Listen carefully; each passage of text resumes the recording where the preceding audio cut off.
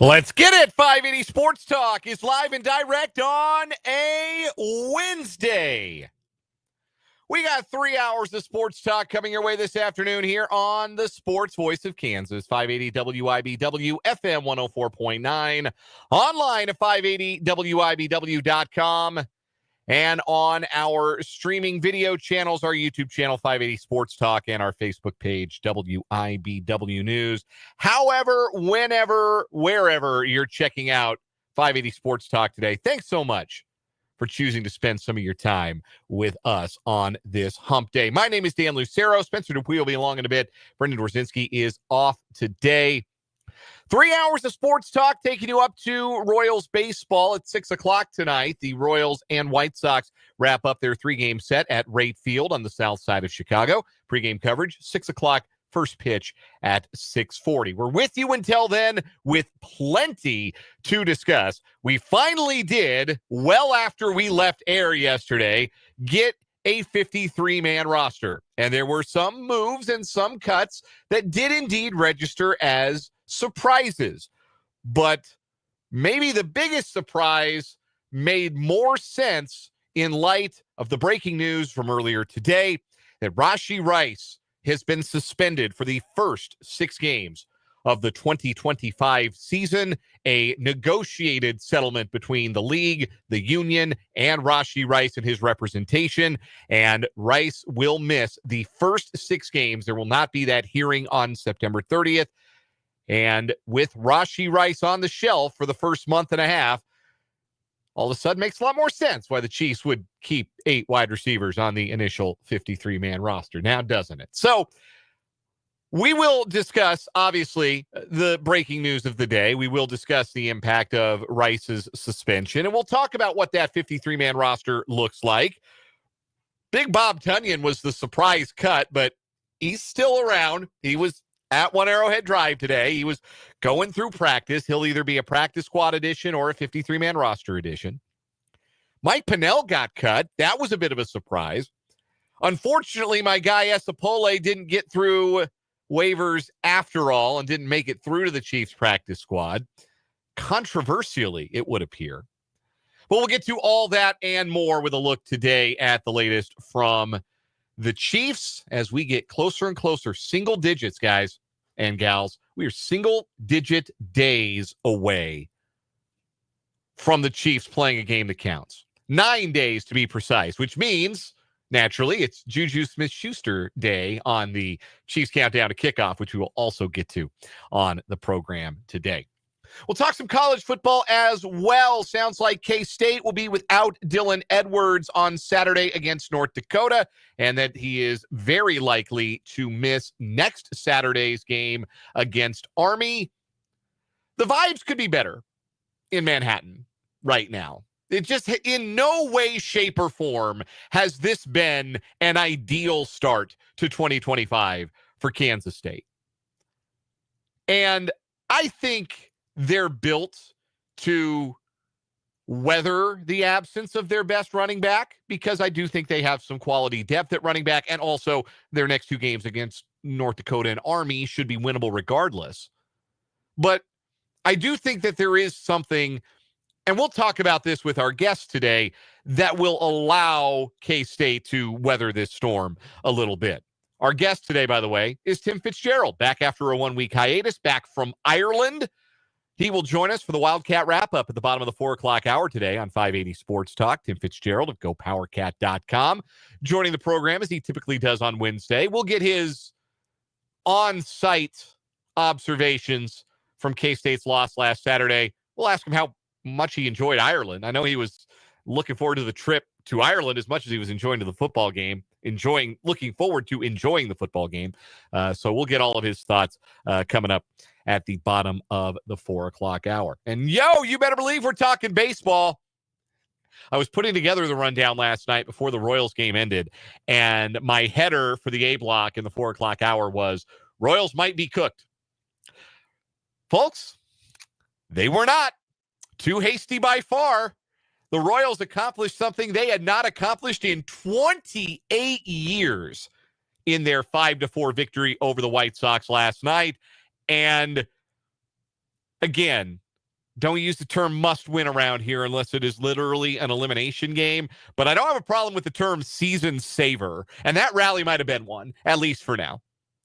That was awfully impressive. We will talk about that. Get you ready again for game 3 of that series tonight. Royals going for the series win and a 500 road trip. 6 o'clock pregame, 6:40 first pitch right here on 580 WIBW and FM 104.9.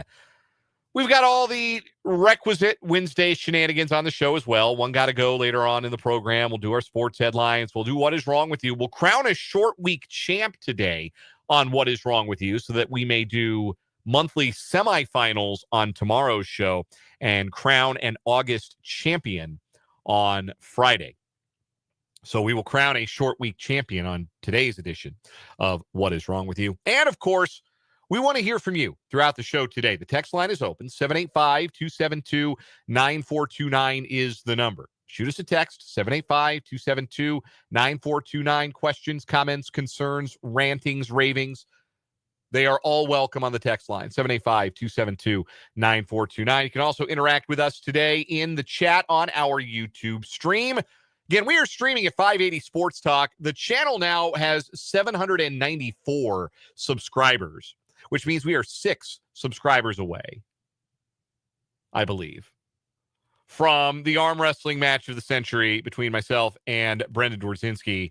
We will stream it live on YouTube during an episode of 580 Sports Talk as soon as we get to our 800th subscriber. And right now, as I pull it up on my phone, that is correct. We are 6 subscribers away. So if you are not subscribed, if you've been holding out, you want to be number 800, there's nothing wrong with being 795. There's no prize for being the 800th. Just go subscribe. Get us there. Get us there today. We can do it.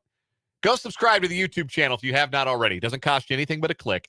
Go to our YouTube channel, 580 Sports Talk, and subscribe. And once you're in there, hop in the chat. Interact with your hosts, certainly, but also the rest of your 580 Sports Talk listening compatriots like Mark and Vance and Ryan and Paul and Tyler, who are in, Andrew in as well. Can't forget him. Great to see you folks in early on. Look forward to hanging out with you for the next 3 hours. Look forward to more of you joining us in the vibrant YouTube chat, again, over at 580 Sports Talk on YouTube.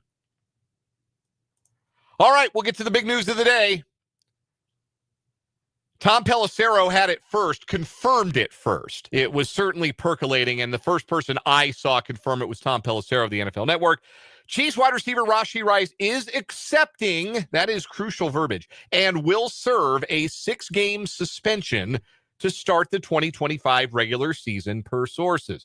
The NFL and NFLPA are working to finalize the settlement, which will end Rice's disciplinary limbo and make him eligible to return Week 7 versus Las Vegas. We'll get to the games missed in a little bit. If you had told me upon the first news of Rashee Rice's misdeed, his role in a dangerous, high-speed hit-and-run accident on a freeway in the Dallas metro area, and oh yeah, he had guns on him, if you had asked me then, how long do you think Rashee Rice is going to be suspended? My guess probably would have come in around 6 games.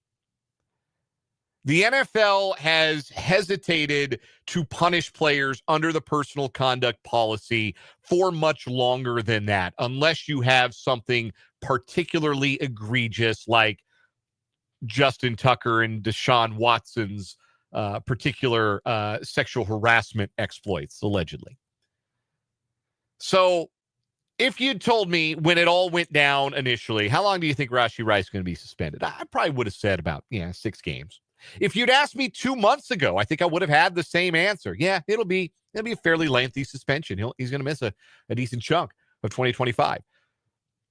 But then Jordan Addison got 3 games for DUI, and he was a multiple-time traffic violation offender, and he only got 3 games, and there's other precedent for people driving like maniacs and not getting lengthy suspensions.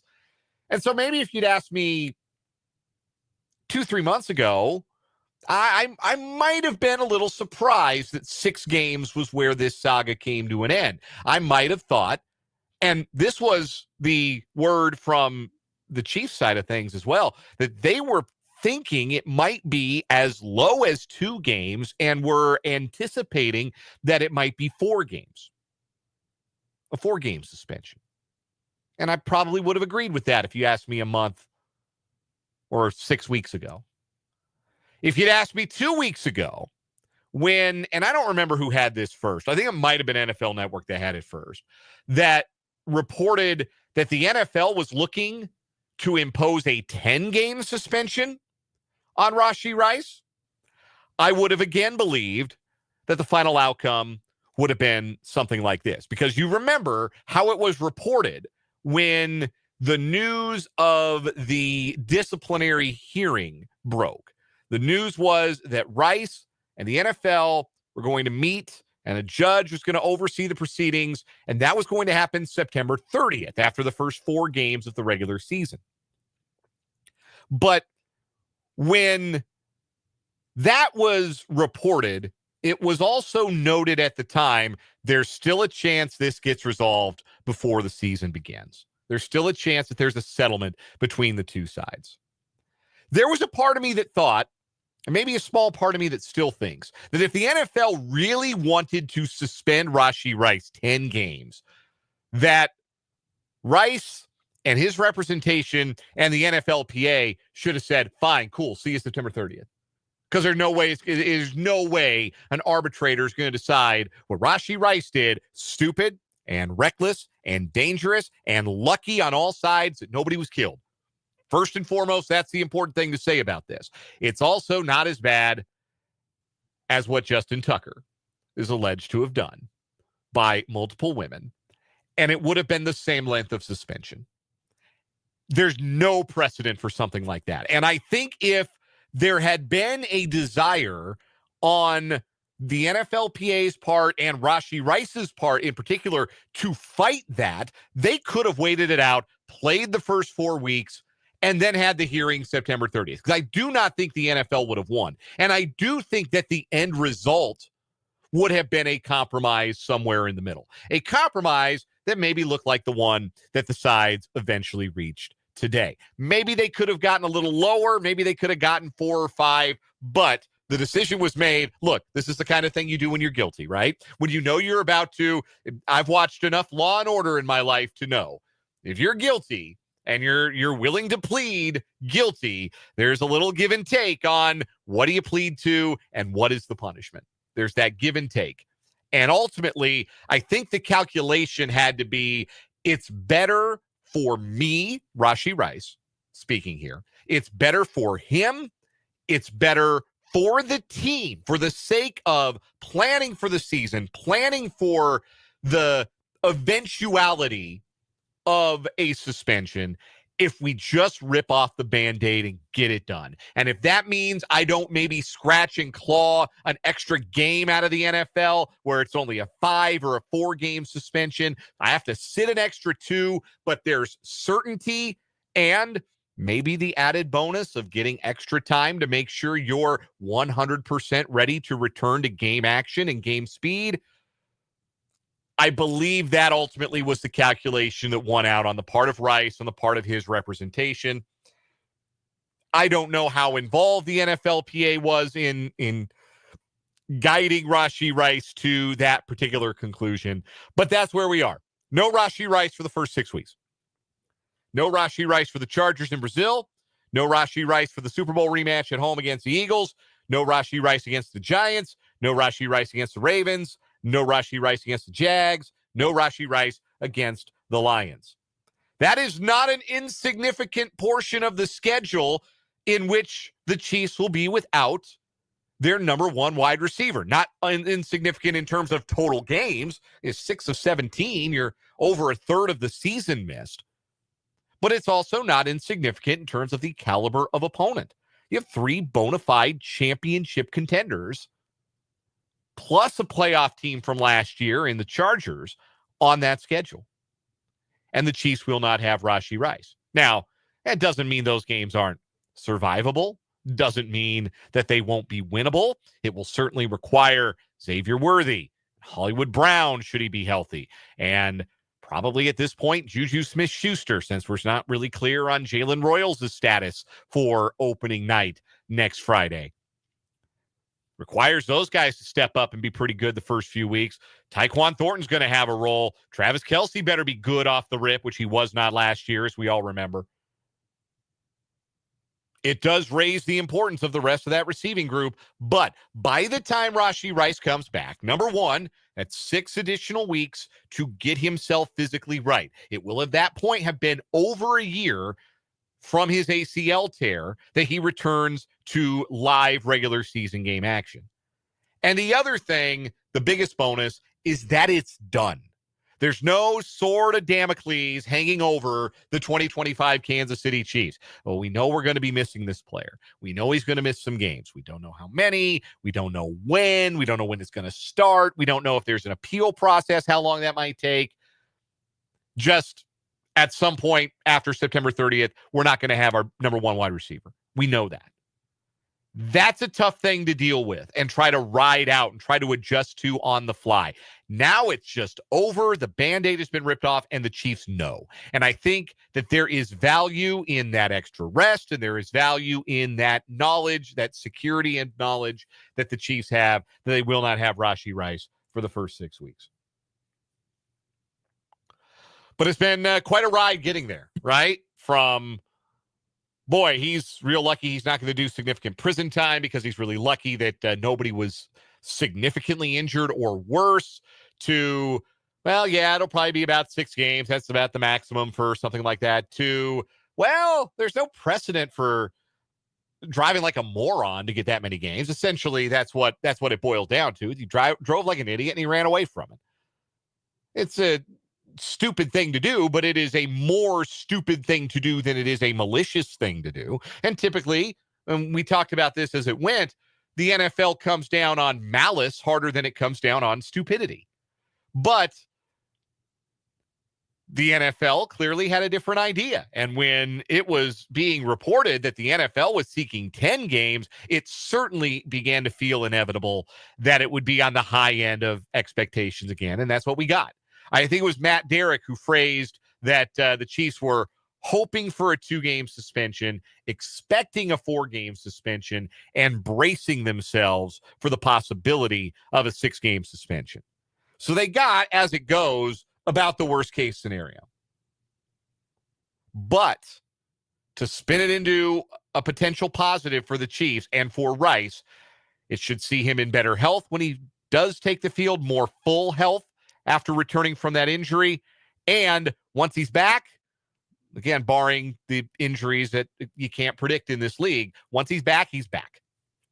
Once he's back, he's back, and the team you have on the field is the team you have on the field.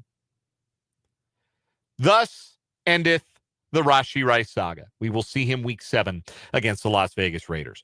Who else will we see next Friday in Sao Paulo? The 53-man roster is out. The practice squad is all but confirmed. We'll discuss the roster moves that helped comprise the 2025 opening night Kansas City Chiefs, or are still taking shape for that roster when we come back. Plus, we got some K-State football to get to. Tim Fitzgerald's going to join us bottom of the 4 o'clock hour. We'll talk about that remarkable rally from the Royals last night. We'll take your text, 785-272-9429, and your YouTube comments. So much to get to, and we are just getting started on this Wednesday edition of 580 Sports Talk.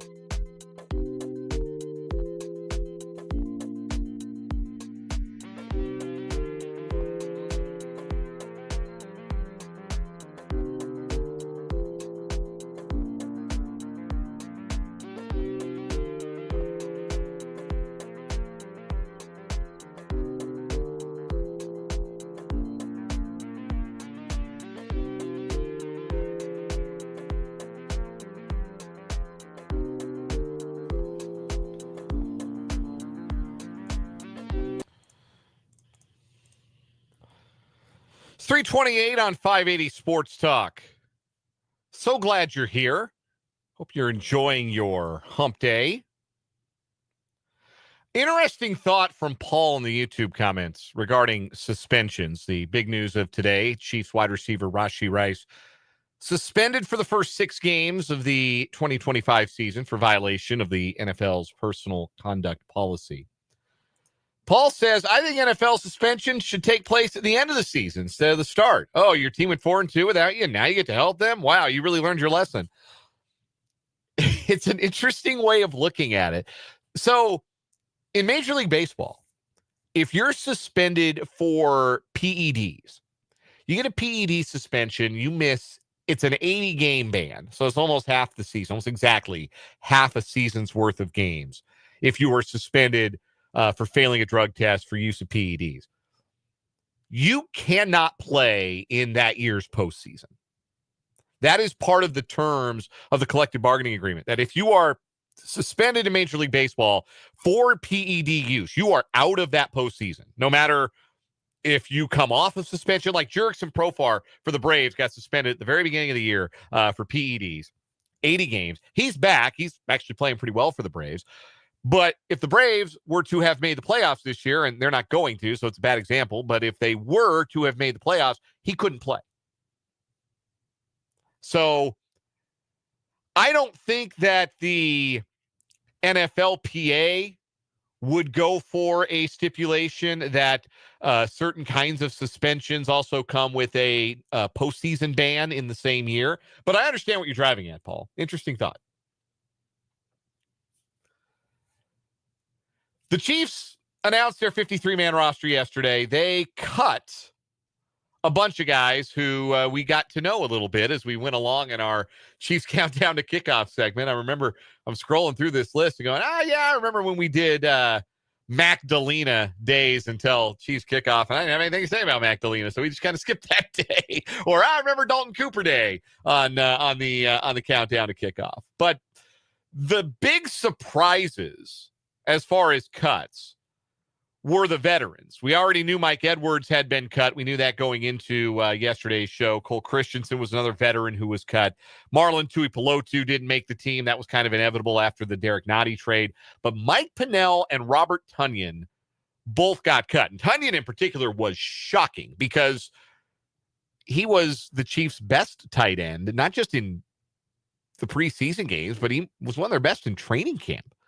And appeared to be a guy who was pretty secure on the 53-man roster. But then you look at the initial 53-man roster, and the first thing that jumped out immediately about who was on it was that 8 wide receivers were on it, which means the Chiefs were probably expecting the big news of today yesterday. Chiefs kept 8 wide receivers: Rashee Rice, Xavier Worthy, Hollywood Brown, Juju Smith-Schuster, Jalen Royals, Tyquan Thornton, Nico Remigio, and Jason Brownlee. We certainly thought it was a possibility that they would keep 7. Keeping 8 raised some eyebrows. But when Rashee Rice goes on the suspended list, it opens up a 53-man roster spot. Robert Tonyan would seem like a likely guy to take that spot. And in making sure that you maintain Nico Remigio and Jason Brownlee on the initial 53, you don't risk exposing those guys to waivers. See, here's how this works. And my wife was asking me this yesterday, so I know I'm certain on how this all works. But if you do not have 4 years of NFL experience, if you have not played 4 seasons in the NFL, when you are dropped from the camp roster, you are subject to waivers, which means there is it's not quite a 24-hour period. The period between rosters closing at 4 p.m. yesterday and noon today. So it's a 20-hour period where any team in the league can place a claim on that player, and waiver priority is based on last year's record. So the worst teams that are at the top of the list, and the Chiefs are, I believe it's draft record. I guess I'm not 100% sure if it's based on draft or it's just based on overall regular season record. But if it were the draft order, the Chiefs would be 31st on the waiver priority. So if 30 teams had a chance to claim a guy and didn't, and the Chiefs put a claim in on him, they would get that player for their own. But that's the process for young players, players without 4 years of NFL experience. So when the Chiefs cut Cam Jones, who's only played in the league for 3 years, he went to waivers and, in fact, was claimed today by the New York Jets. Same for all of the undrafted free agent rookies. Same with a guy like Bailey Zappi. You feel like Bailey Zappi's been around for a while, but he doesn't have those 4 years of service time yet. But Cole Christensen, Mike Edwards, Mike Pennell, Robert Tonyan, and Marlon Tuipulotu have played enough NFL where they are not subject to waivers. They immediately become free agents and can immediately sign with anybody. Why does that matter in Tonyan's case? Well, the Chiefs can go to Big Bob and say, listen, Big Bob. Do you think they call him Big Bob? I doubt it. They probably just call him Robert. Maybe Bob. I don't know. Question for another day. They can go to Big Bob and say, listen, pal, we really want you on our football team, but we got a bit of a number crunch right now. We want to manipulate our situation a little bit. We know, and I bet Brett Veach knew yesterday that today's news was coming. We know we're going to lose Rashee Rice. He's not going to be our opening day 53-man roster. We don't want to release a wide receiver and subject them to waivers that we're going to want. Because I bet if Remigio or Brownlee had been waived, they would have been claimed. I think those guys perform well enough in the preseason to win jobs elsewhere. So you manipulate the roster a little bit. You keep those guys. You don't keep Robert Tonyan on the roster, but you tell Big Bob, listen, soon as procedurally everything happens with Rashee Rice, we're going to sign you back. We're going to sign you back to the team. We'll maybe add you short-term to the practice squad, but we're going to keep you around, and you're going to be on our opening day 53 as one of our 4 tight ends. Does that sound good? All right, great. And you can't put it in writing. You can't make it official. It really is just a handshake deal. And so that's where the Chiefs were with Tonyan. So the big surprise of yesterday, the surprise cut, wasn't really a cut. Mike Pennell was the other surprise cut. He has not been added back to the practice squad, and I don't believe he is signed anywhere. I'm going to double check that just in case there's something I've missed from elsewhere across the league to this point. But it doesn't sound like Mike Pennell has signed anywhere presently. Could be another handshake deal. Mike, you know you're getting up there in years. We know that 2 years ago, you just played 3 regular season games and then the entire playoffs, and we won the Super Bowl. We brought Derek Nottie back. You're surplus to requirements as far as a 4-man defensive tackle rotation. We have our guys right now. Let's chill. Are you good with just chilling? If nobody else signs you, are you okay to just chill for a little while? And look, there's still room on the Chiefs practice squad. Theoretically, they could add Mike Pennell. And I expect that if there are no bites from elsewhere in the league, if Mike Pennell does not find a home elsewhere in the next little bit, that he would be happy to return to the Chiefs on the practice squad. But I think this is the thing where there is an acknowledgement that Pennell is still good enough to play a role on a team. And if there is the acknowledgement that you do a veteran a solid and let him try and find another situation that might be better than just chilling out on the practice squad, then you give him a couple of days to do that. Because the Chiefs, as it stands, do not have a full practice squad. They have announced their practice squad as of just under an hour ago. These are your practice squad members of the Kansas City Chiefs. Cole Christensen, Mike Edwards, C.J. Hansen, Jimmy Holiday, the wide receiver, Keziah Izzard, Kevin Knowles, Chris Oladokin, Hal Presley, Melvin Smith, Carson Steele, Robert Tonyan, Marlon Tuipulotu, and Trey Watson. Chu Godric has also been signed as the international player pathway player on the practice squad, which means you have 17 slots. Maybe you were counting along in your head as I was reading the names, but that's not 17. That is 14. There are 3 open practice squad slots for the Chiefs. Maybe one of those ends up being Mike Pennell. Maybe Pennell's got a couple of irons in the fire. Maybe there are some interested teams that sign him. but perhaps that's a late addition to the practice squad. The Chiefs are able to monitor the waiver wire, see who else in the league might get cut. There are reports out there that they're going to bring in Broderick Martin, who was cut by the Detroit Lions, a defensive tackle. There are also reports that Clyde Edwards-Helaire will come back to the Chiefs on their practice squad. So if you add those two names to the list, which the Chiefs have not confirmed officially, but if you add those two names to the list, Edwards-Helaire and Martin, you're still one short. You're still one short. And that feels purposeful. That feels like that could be maybe Mike Pennell if nobody else decides to bring him in.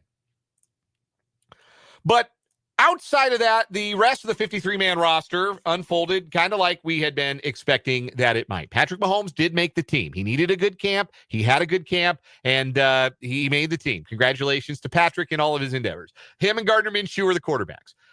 Elijah Mitchell did make it at running back. That feels like a placeholder spot to me, with the Chiefs still maybe trolling the waiver wire, hoping for a bona fide third down running back. Mitchell would be the easy cut from this group. He's with Isaiah Pacheco, Kareem Hunt, Rashard Smith. Went through the wide receivers. The tight ends are Travis Kelce, Noah Gray, and Jared Wiley. The offensive line is what we kind of thought it would be, with Josh Simmons, Kingsley Suamataia, Creed Humphrey, Trey Smith, and Juwan Taylor, your starters.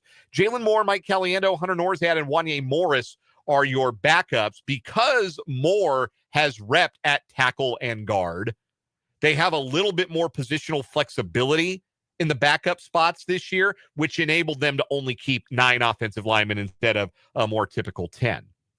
Defensive line group: Mike Dana, Omar Norman-Lott, George Karlaftis, Charles Omenihu, Malik Herring, Chris Jones, Ashton Gelati, Jerry Tillery, and Derek Nottie. Those are your 9, 4 defensive tackles, 5 ends.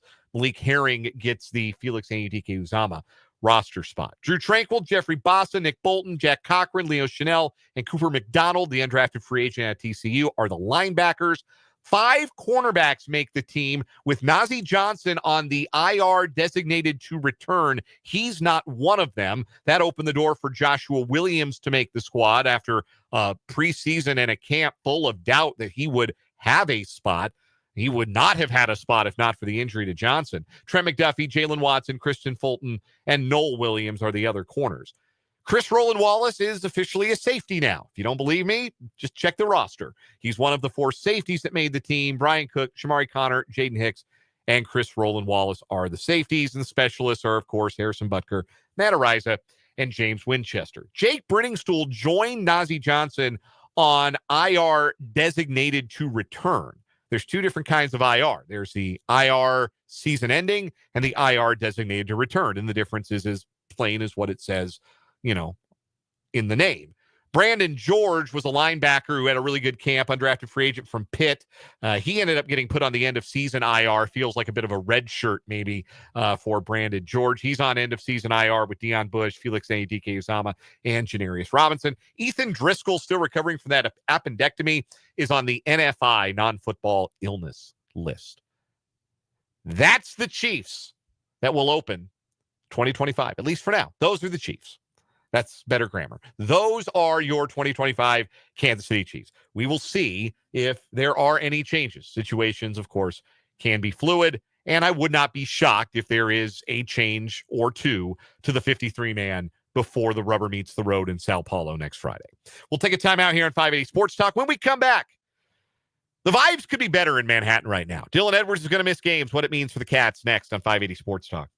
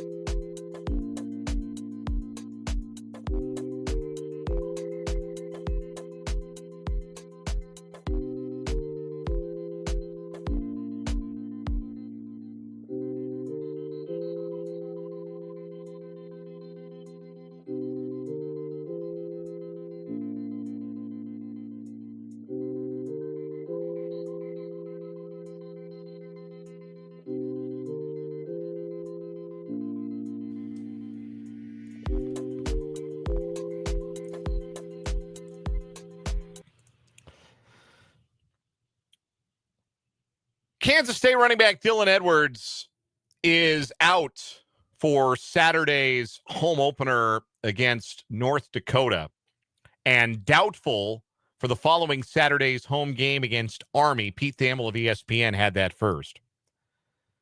You can hear Saturday's game, by the way, right over on our sister station. You thought I was going to say right here on 580. I almost did. We got Royals baseball on Saturday. But you want to hear the Cats Saturday night, 6 p.m. kick, 4 o'clock pregame coverage. It'll be over on our sister station, the Big 94.5 Country. It means that for the first 2 weeks, for sure, and more than likely for the first 3 weeks, the Kansas State Wildcats will not have been able to give their starting running back a single carry. I'm not saying every single last thing has gone wrong for Kansas State since kickoff in Dublin on Saturday, but it sure feels like the vibes could be a little higher, right? Like, it doesn't feel awesome right now in Manhattan. You have a loss to a hated rival, a frustrating loss at that, a loss where you outplayed Iowa State for stretches, but once again, we're unable to find a way to make winning plays against Iowa State. At least this year, it wasn't making a bunch of losing plays. It was just not making as many winning plays as Iowa State did. And then your quarterback's dad and brother fighting each other outside the stadium. And then Dylan Edwards is going to miss time. Like, it's just nothing going according to plan right now for K-State. It's not what you want. They don't need Dylan Edwards to beat North Dakota. You don't need me to tell you that, but I'm going to tell you that anyway. They do not need Dylan Edwards to beat North Dakota. And they shouldn't need him to beat Army. Army's defense is going to be salty, and they're going to play their tails off because that's Army football. But Army lost a ton on offense from last year. Bryson Daly and Kanye Udo aren't walking through that door. And when Kanye Udo does walk through that door, he's wearing a Arizona State uniform. So that'll be a different Army offense. And I think that K-State, with their size and their experience in the trenches, should be able to handle Army. So I don't think they need Dylan Edwards to be that home run hitter out of the backfield to beat the Black Knights. And frankly, the Friday following in Tucson, in that weird non-league game against the league opponent at Arizona, I don't think they need him to beat Arizona either, because I think Arizona is going to be kind of bummy. So if the best move for Chris Kleiman and the Wildcats is to give Dylan Edwards a full month on the sideline to recover from whatever the nature of his left leg / ankle injury is, we do know that x-rays were negative, which is nice. Probably means you're talking about a sprain or some ligament damage, which sprains are ligament damage, so I guess I repeat myself. But they shouldn't need Dylan Edwards to win these 2 home games, and it will help knowing that he won't be there, because there were dozens of reasons why it took K-State's offense time to get rolling on Saturday in Dublin. The rain, the field conditions, Iowa State's defense being really good. Like, would it surprise you if Iowa State had the best defense in the Big 12? Would it surprise you if those 2 defenses we saw on Saturday were the 2 best defenses, if not two of the best defenses, if not the 2 best in the Big 12? It wouldn't surprise me. That's what I've been saying pretty much all offseason. It'd be those 2 and Utah and Tech in like the upper echelon of defenses in the conference. So we got to give credit to the opponent. But I think also you have some issues when you go into a game with a game plan and it's built in large part around somebody who never gets to take an offensive snap because they get hurt in a punt return, that they may or not have been able to see the ball because of lingering fireworks smoke over Aviva Stadium in Dublin. Maybe they should stop doing the fireworks. Just maybe ease up on those. They always cause problems in that game, and they keep doing them. And maybe they should just not do the fireworks. But anyway, this is not fatal by any means for Kansas State. I think Joe Jackson's a fine running back number 2.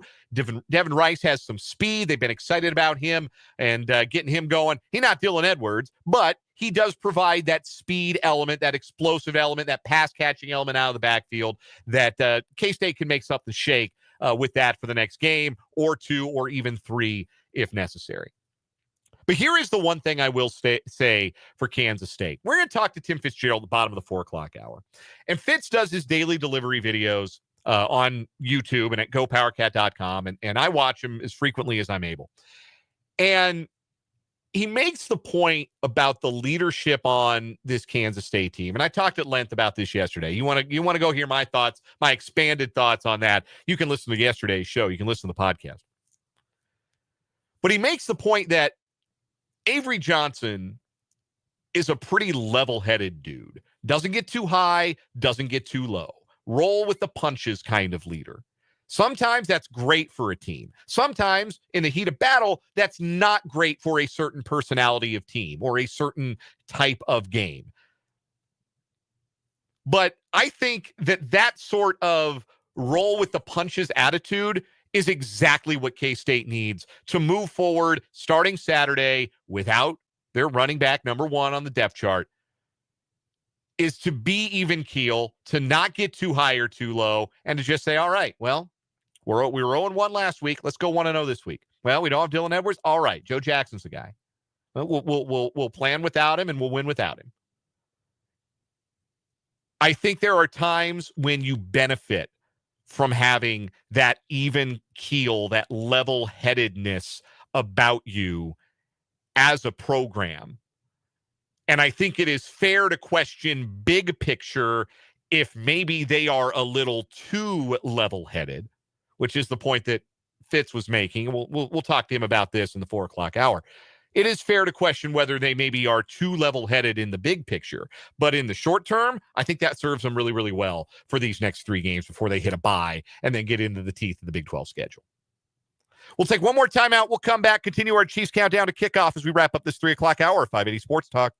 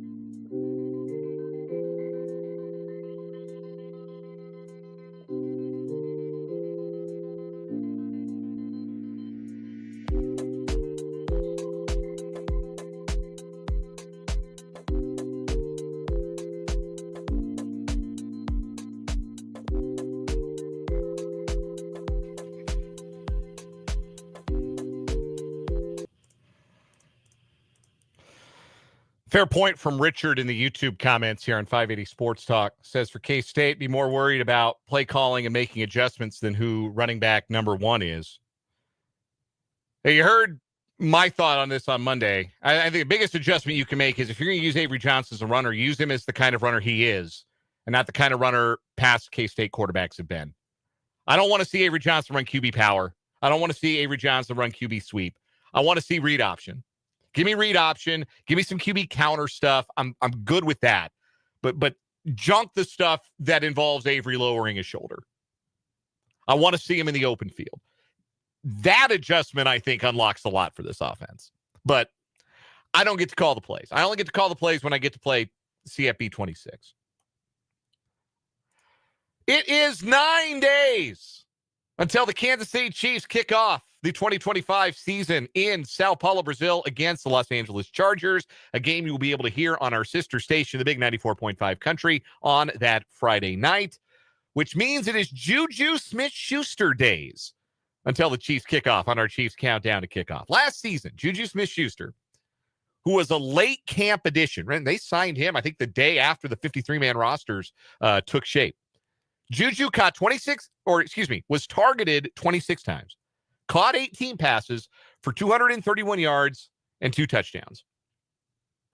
Those sort of feel to me like numbers he can fairly routinely attain again as wide receiver number 5 in 2025. And again, he'll be a little higher on the depth chart early in the season, just like he had moments last year where he was elevated on the depth chart when Hollywood Brown was out, when Rashee Rice got hurt. So early on this year, without Rashee Rice and probably without Jalen Royals, at least for the opener, and maybe for some time beyond that, Juju's back in that wide receiver 3, wide receiver 4 role. It's a fun game to play. I think he'll have more targets. Let's go slightly more targets. Let's go more catches, fewer yards, fewer big plays, and fewer touchdowns this year. 26 targets, 18 catches, 231, 2 scores. I'll go more targets and catches, but fewer yards, work in the middle of the field, and fewer touchdowns this year. Coming up at the 4 o'clock hour, the Royals do something they had not done in nearly 30 years. Plus, Tim Fitzgerald joins me for the Wildcat Wrap-Up, and will crown a short week champ on What Is Wrong With You on 580 Sports Talk.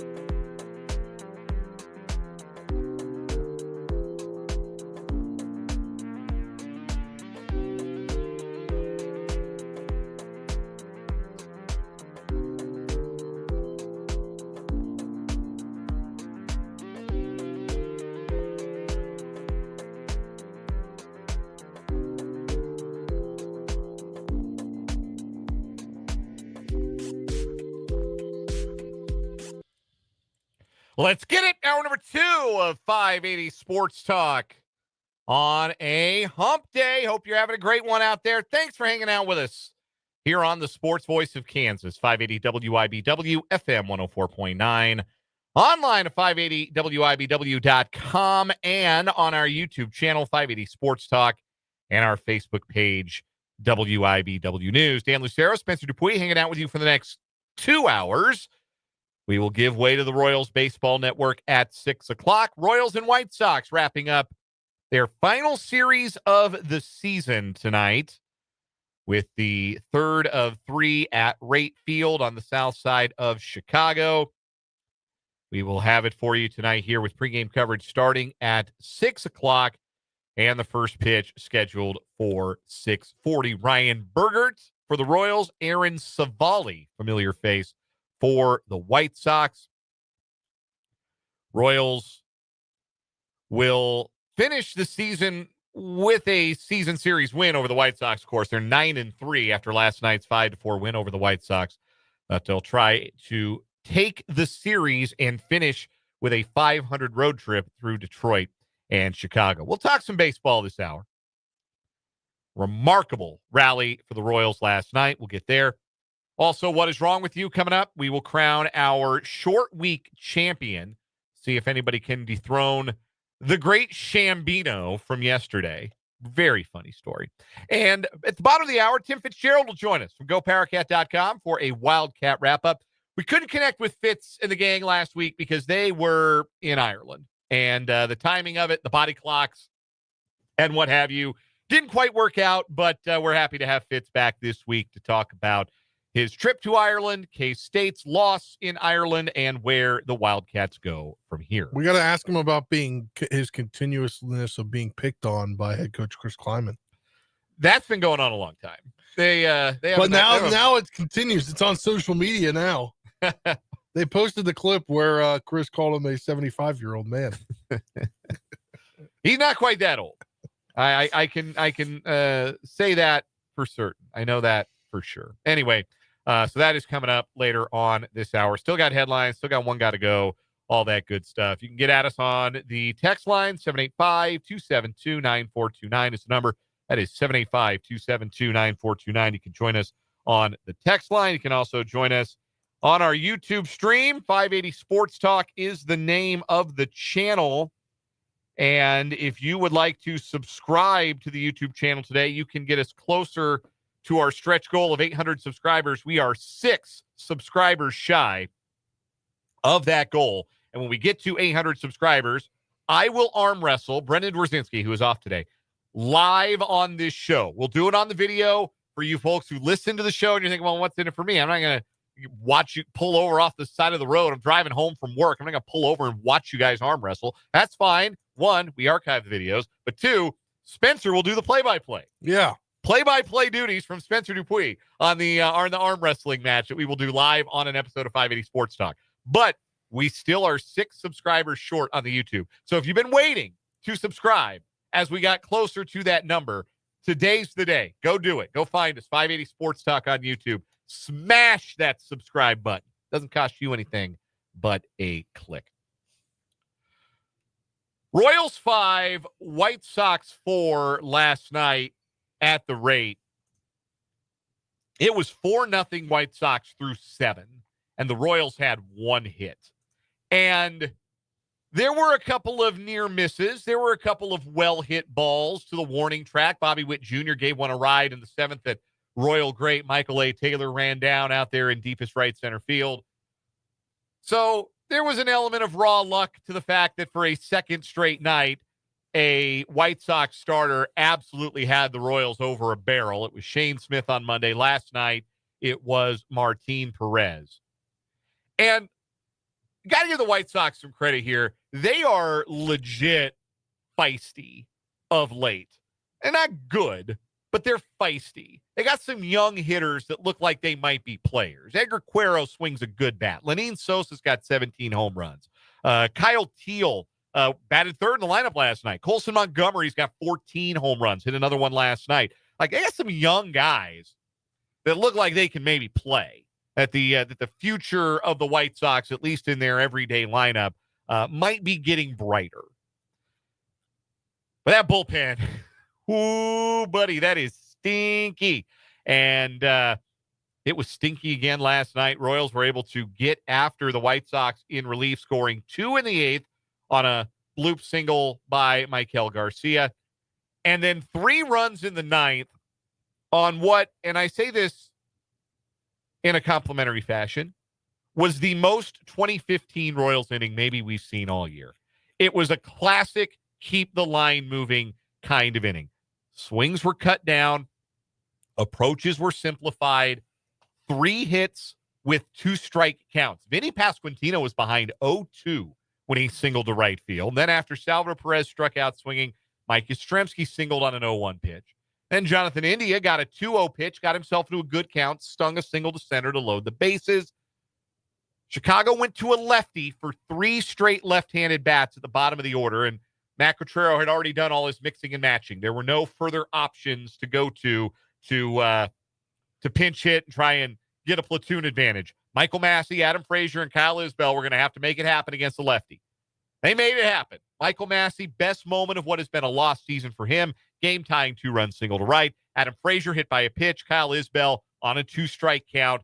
Man, nobody loves a single over a drawn-in infield like Kyle Isbell. That's not a stat that I think they keep. Yeah. But when you think about a lot of Kyle Isbell's big hits this year, and basically any of Kyle Isbell's big hits this year, it feels like they've all been line singles over drawn-in infields. Yep. Like, if, who was short last night? Montgomery. If Montgomery's regular depth, that ball Isbell hit might have been an out. Might have been a double play. He was not regular depth. He was playing in because that's what you do when it's a tie game in the 9th inning and there's only 1 out. And Isbell punched it over the shortstop and into center field to score a run. Could have been an even bigger inning. Michael Garcia, Bobby Witt Jr. failed to come through, but 1 run was enough of a cushion for Carlos Estevez, who blew the White Sox away in the 9th. And the Royals accomplished something last night that they had not accomplished since 1997, if you can believe it. That would have been before I was born. Before you were born, Spencer Dupuis. The year I was born, but definitely before, because I was born in December, no baseball. Yeah, they don't typically play baseball in December. I want to see if I can't go find the box score now, because now I'm curious. Not since 1997 had the Royals come back in a game that they trailed by 4 or more runs in the 8th inning, or later, and come back to win. And they came back and they won that game last night. It was all the way back on July 19th of 1997. You were gestating. You were not yet born. You were in the womb when this happened. This would have been the summer before 6th grade, getting ready to start middle school. Wow. The Kingdome in Seattle. The Royals trailed 6-0 to the Mariners into the 8th, scored 5 in the 8th and 4 in the 9th. Again, you weren't around for this, but you'll just have to trust me when I tell you.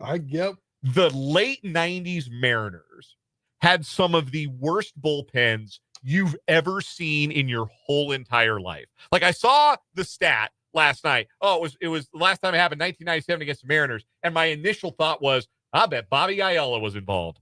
Bobby Ayala had the BSL in that game. 4 runs allowed on 4 hits in an inning and a third. Truly one of the worst relief pitchers of his era. I think his name is a swear word in the Pacific Northwest. Like, you want to know why the Mariners have never won anything, never accomplished anything. I mean, this is 1997 Seattle Mariners. This is Griffey in his prime. This is Edgar Martinez in his prime. This is young A-Rod superstar. Well, why weren't the Mariners better in 1997? Their bullpen was butt. That's why. It was every year. Anyway, that's what they did. They blew a 6-0 lead. Crucial hits in that rally. It started on an inside the park home run from Tom Goodwin. Then Jay Bell homered. Craig Paquette drove in 2 with a double. Mike Sweeney, there's a name every Royals fan remembers, singled to make it 6-5 in the 8th. And then in the 9th, down a run. Jeff King, who, fun fact, Jeff King and my dad played ball together growing up. Jeff King from Colorado Springs, Colorado. He and my dad played Legion ball together. I know a Jeff King. He is an umpire in the Eastern Panhandle, West Virginia. Not the same Jeff King, Not the same Jeff King. Man, that Jeff King got his 10 years of service time, got to his pension, and quit the same day. He was over baseball. I think he was the number 1 overall pick in the draft. So, wow, super talented player. Did not really enjoy it. And got out as soon as he got to the pension. Which may have been as a Royal, come to think of it. Anyway, he scored the tying run on a sac fly. Then Craig Paquette again with the go-ahead single, and Shane Halter with a 2-run double off of Ayala for insurance.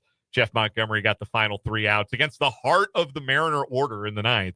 Got Griffey Martinez and Jay Buhner to end that game. So that was the last time that the Royals came back from a deficit of 4 or more runs going into the 8th inning. The immortal Craig Paquette in the middle of it all. Jeff King in the middle of it all. My dad will be tickled that I got a Jeff King reference into today's show. I have signed ball by Jeff King.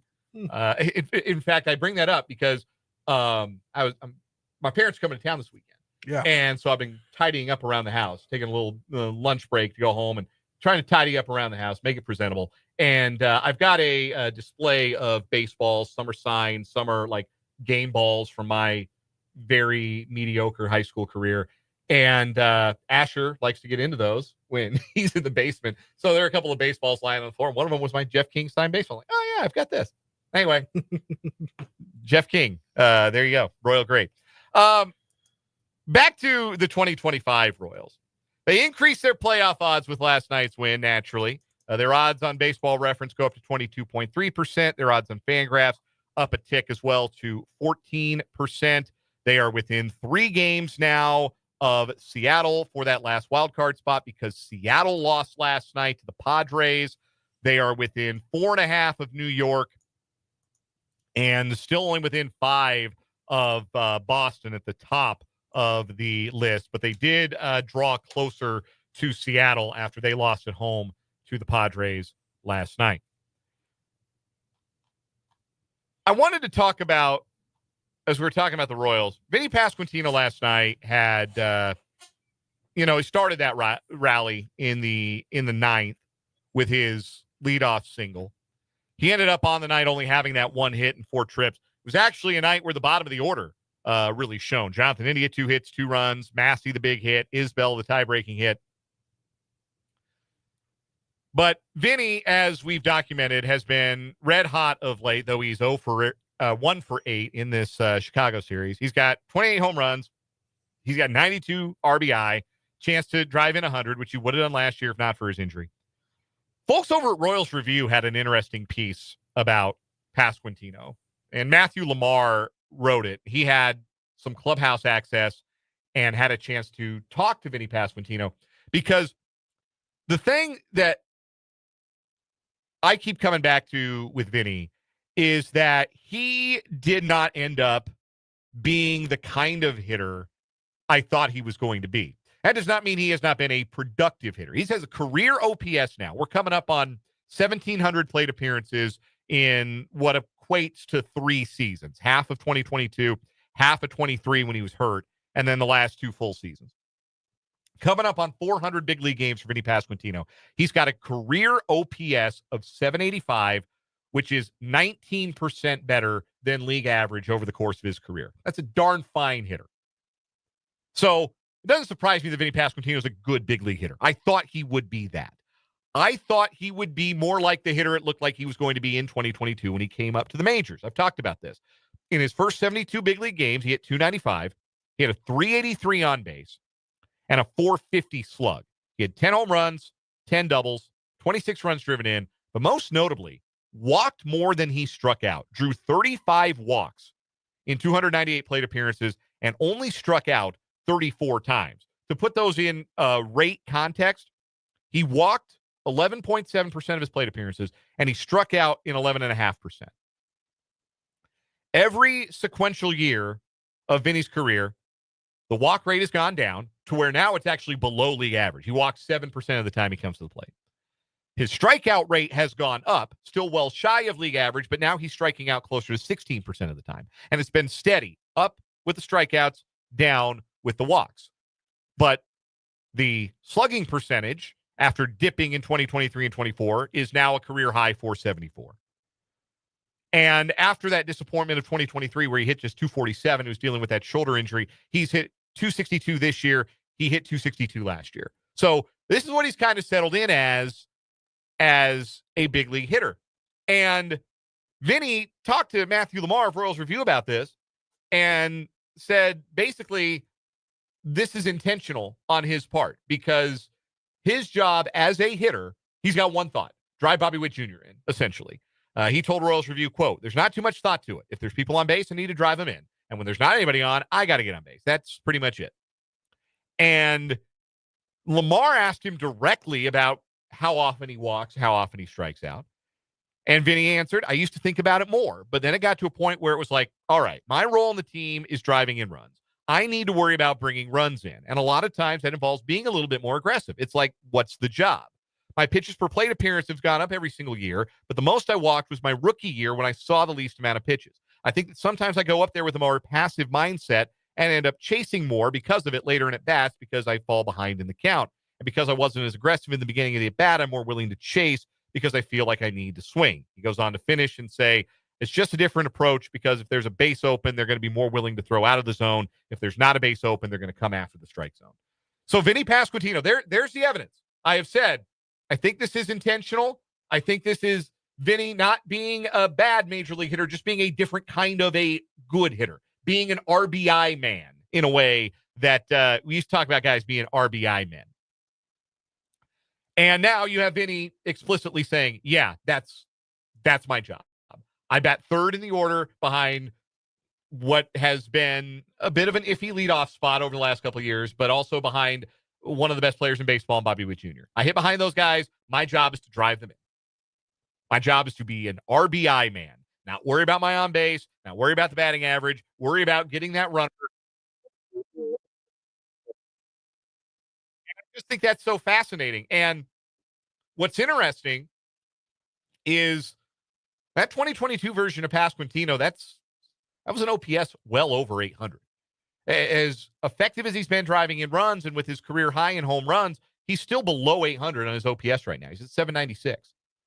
So it is a little bit less productive when you are making more outs, just flat out. And naturally, you're more aggressive. That means he's striking out more, which means he's making more outs.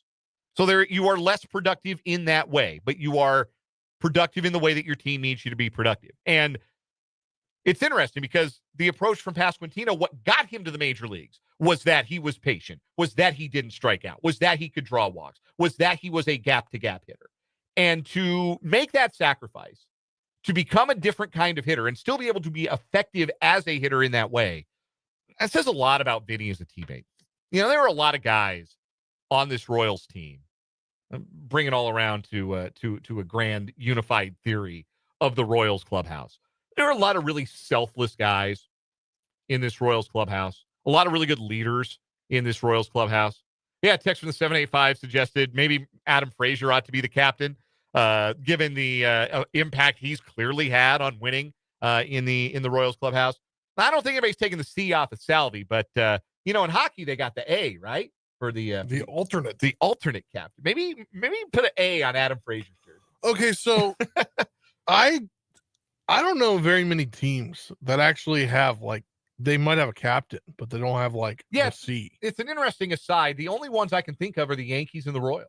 And there have been other teams that have done it. I think Jason Varitek had a C when he was with the Red Sox.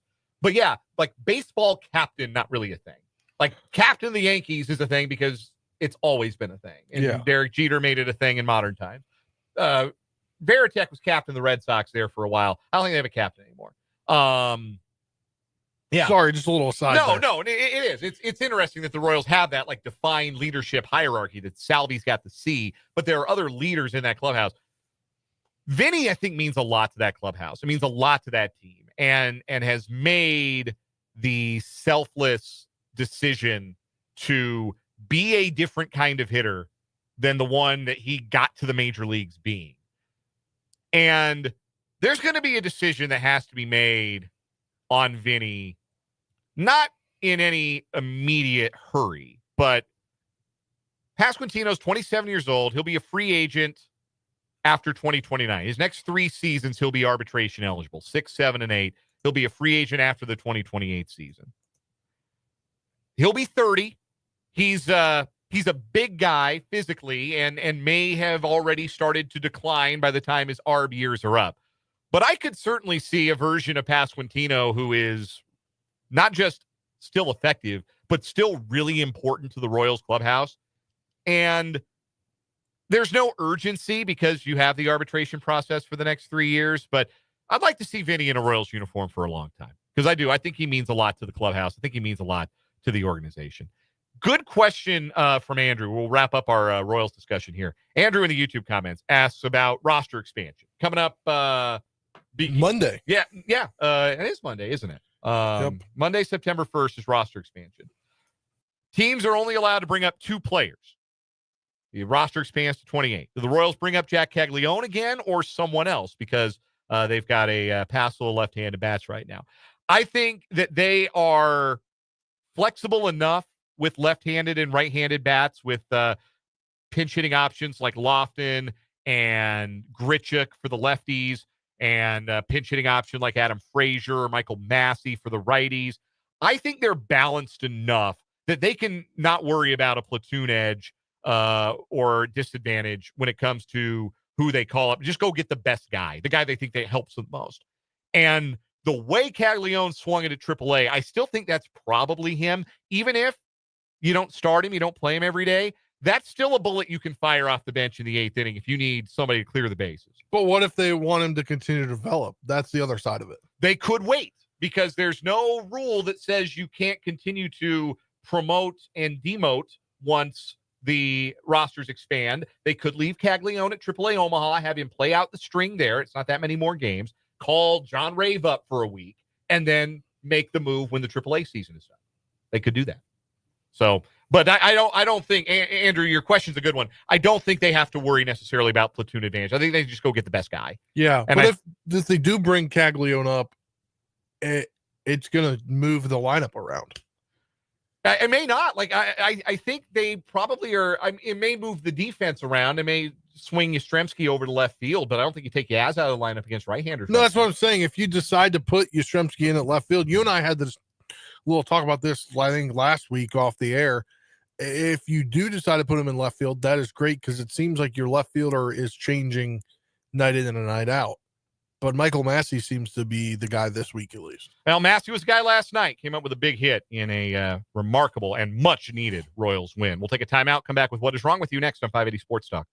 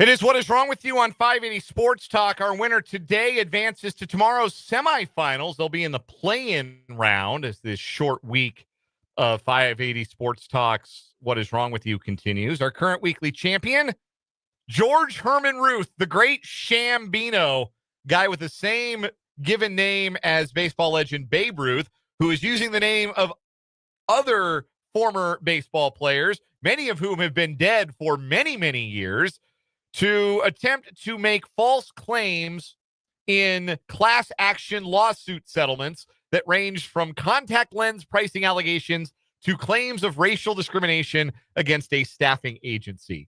He used players that played for such defunct teams as the St. Louis Browns and the Kansas City Packers of the Federal League, who last played a game in 1915.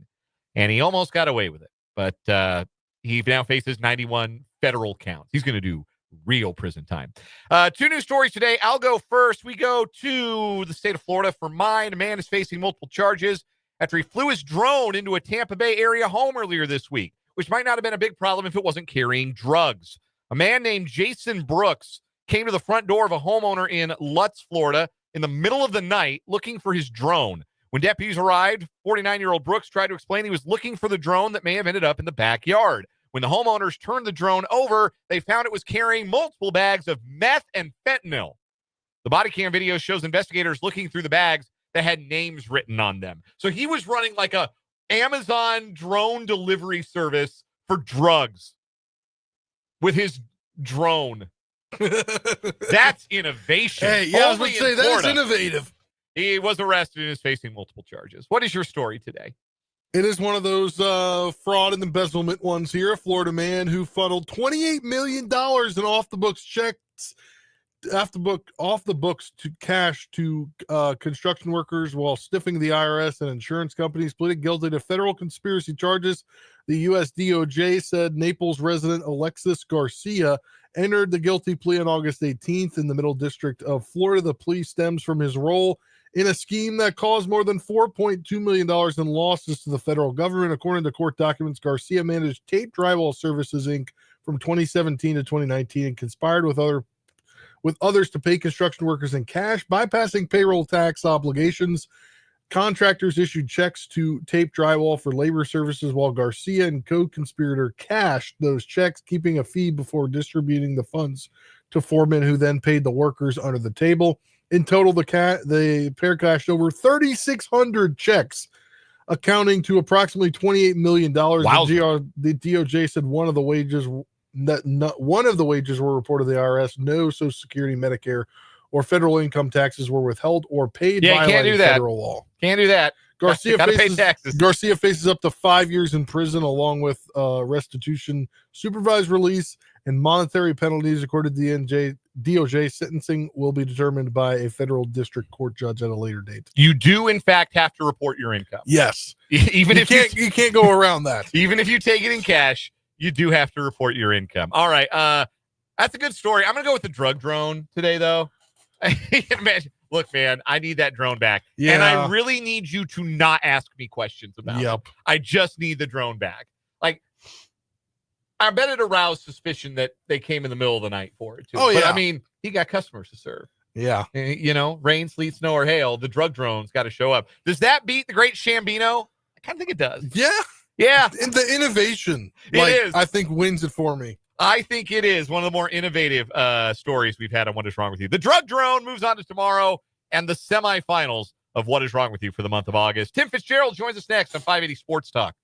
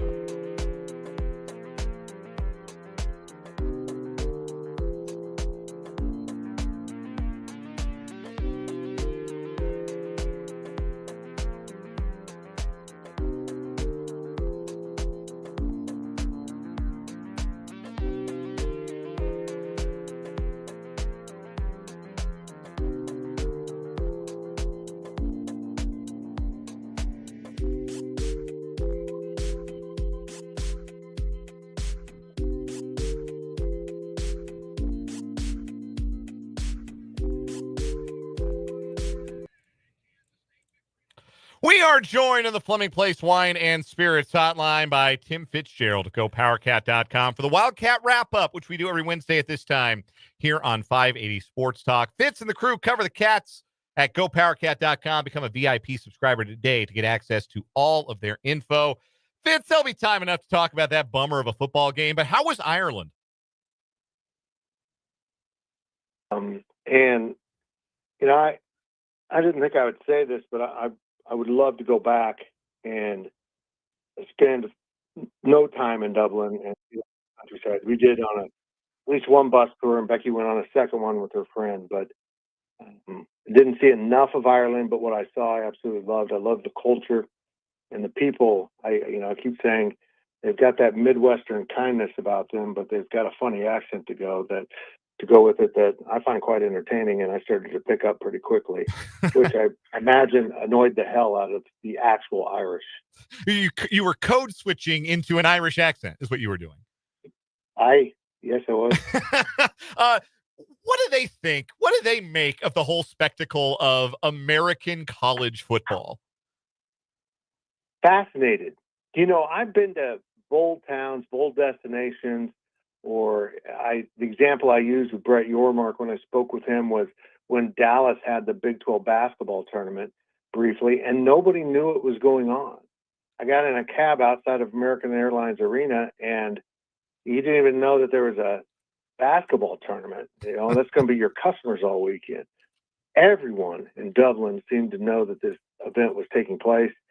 We all saw the photos before we even went of the signage and the flags and all that stuff hanging in that Temple Bar district, but all over town, every cab you got into, they knew exactly why you were there. If you're wearing purple, certainly they knew why you were there. And that was really cool. And the stadium was absolutely packed, and only about half of the crowd were K-State and Iowa State fans, according to ticket sales. So that was a lot of people from Ireland and all around. We saw Americans that live in Ireland wearing all different kinds of college apparel. I saw a group of Florida guys that went to the game so they could have a dose of American football. But college football is beginning to take off in Europe, and the fascination with it is picking up. And I'm almost beginning to wonder if a place like Dublin might end up trying to host a bowl game at some point. But we'll see how all this plays out. I know it was a heck of a trip, except for the outcome of the game for the Wildcats. Tim Fitzgerald at GoPowerCat.com joining us for the Wildcat Wrap-Up here on 580 Sports Talk. All right, let's get to the game, because I certainly do not believe that a 3-point loss to a top 25 team on a neutral site in crappy weather means that the sky is falling for the entire 2025 season. That being said, it is certainly frustrating and maybe feels a little Groundhog Day-ish for K-State to lose to Iowa State again because of the margins. And this time around, because a lot of times it's been turnovers. A lot of times in recent memory, it's been turnovers that have been the marginal plays that have swung the game towards the Cyclones. Saturday, it was 4th down. But why does it keep happening? In your opinion, as you followed this team, as you covered this team, why is it, if you can even put a reason to it, that Iowa State manages to make the winning play or the play on the margin that Kansas State doesn't make, and that swings a game between two pretty evenly matched teams into the Iowa State column again? Well, I think they're just more polished. When you're making fewer mistakes and executing your offensive plays to the point where they're succeeding on 4th down, and Kansas State was 1 of 4. They were 3 of 3 on 4th down conversions. That stat alone kind of decided the game. I mean, K-State failed on what should have been an easy 4th down conversion, a 4th and 1 or even less. Who knows? We didn't have any stripes on the field left by the end of the game, basically. But they need to work on that portion of game management, is finding a little bit better way to paint the field. They were chalking the outline all throughout the game. Every time there was a break, they were out there chalking the field. It was hysterical. But K-State just didn't execute on their 4th down. And someone missed a block. A pulling guard didn't get there in time, and boom, they stopped it. On 4th down for Iowa State, they did it right, including that final actual play that, got it down to the 1-inch line. It was perfectly executed. They picked their matchup. They had the running back not just lined up with the defensive end, and I fault K-State's coaches for this. They had Cody Stufflebean in coverage and Cody couldn't run with the guy, even if he had gone with him. He just got absolutely beat on that. And that was a coaching out scheming the other set of coaches. And it went in Iowa State's favor. And I think for the most part in the game, it did go in Iowa State's favor once the Cyclones settled down and learned how to deal with that 4-man front, which did catch them off guard as Kansas State switched to the 4-3-4 for not just this game, but for the rest of the season. What from the game were the things, or maybe if there's only one thing, but what were the things that you took away thinking, if this continues for 11 more games, Kansas State's going to be fine a lot more often than not? What were you positive and optimistic about leaving that game? I think the defense is pretty good. They got beat on a couple of passes, some new guys, but that's the first time around for them. And the field conditions, particularly in the first half and coming out of the locker room for the second half, were ugly. It's a rugby field. It's used as a soccer pitch on occasions by the national team, but the Dublin City Rugby franchise, or whatever that is over there, that is their stadium. And the conditions were very rugby-ish. It's a natural grass field. It was just a mushy field at one point, very slippery. I remember Avery Johnson having a run and then sliding about 5 more yards on his side. So this team just needs to go do some things to make themselves feel better. And North Dakota's not a bad team, but they need to take care of their own business on Saturday. Joining us on the Floating Place Wine and Spirits hotline is Tim Fitzgerald of GoPowerCat.com for the Wildcat Wrap-Up.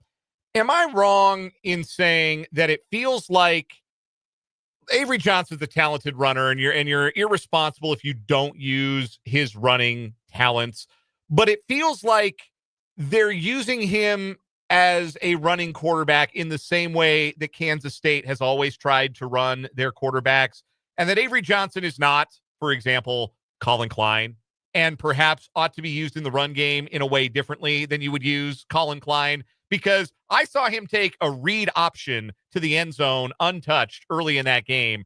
And I would prefer personally to see more of that and less plays where Avery Johnson has to lower the shoulder into somebody to make him work. Yeah, exactly. And then a point I've been making in our coverage is it seems obvious once again, and I don't blame the coaches for doing this. They want him to show a great deal of caution. They have no other proven quarterback, and losing him would be a catastrophe. But if that's the case, don't run him on 4th and 1 on a crucial play. I mean, you need to run someone that's going to be able to put their shoulder down or willing to, or Avery needs to know when to take the risk and try to put the body on the line, because the first down was a win or lose moment, actually, and they lost. So I kind of blame the coaches. You can't tell a guy to be cautious and protect yourself, and then, go pick up this 4th and 1, and you got to run into two or three Iowa State tacklers. That doesn't add up for me. And you're right. I think the more they can put Avery Johnson in option situations, whether they're a true, running option or a run pass option, to let him feel the game and get the ball out of his hand or keep it in his hands, I think that's when he'll be at his best. So I was a little disappointed to see, how many design plays were out there. And what I like about it is it's impossible to totally prepare for any kind of option play. It requires a number of people to be doing the right thing to protect all of the angles of it. And Iowa State was able to stop the obvious plays when things are the lineup, what their K-State is by formation dictating what they might do. And Iowa State by the second half was stopping everything except for some passes downfield. So I will be interested to see how they use Avery Johnson in this game Saturday night. I didn't think Avery was flawless by any means as a passer. I think he left some throws on the table, but I think if you can take anything away from Avery's performance in the passing game, it is that the weaponry around him looks pretty solidified. There look to be big plays all over the field. They hit on 2 of them for touchdowns. Garrett Oakley was really good. Bradley had the touchdown. Jerron Tibbs made an immediate impact. This did look like a receiving core that has a chance to form the backbone of a really effective passing game.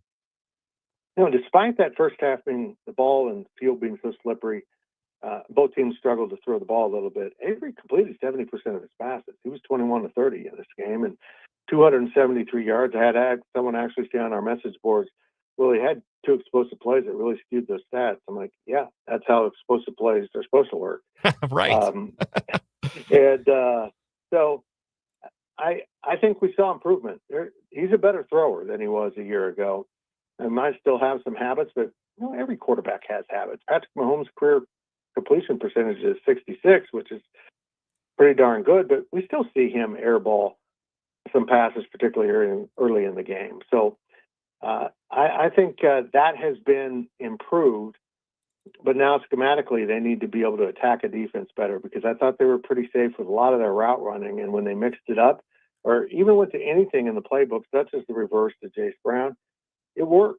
And the rest of the stuff that was kind of, scripted or obvious, it didn't work as well, particularly with Dylan Edwards out, and they're going to be without him again. So we'll see what they come up with this Saturday, and if they get a little more creative with that kind of thing.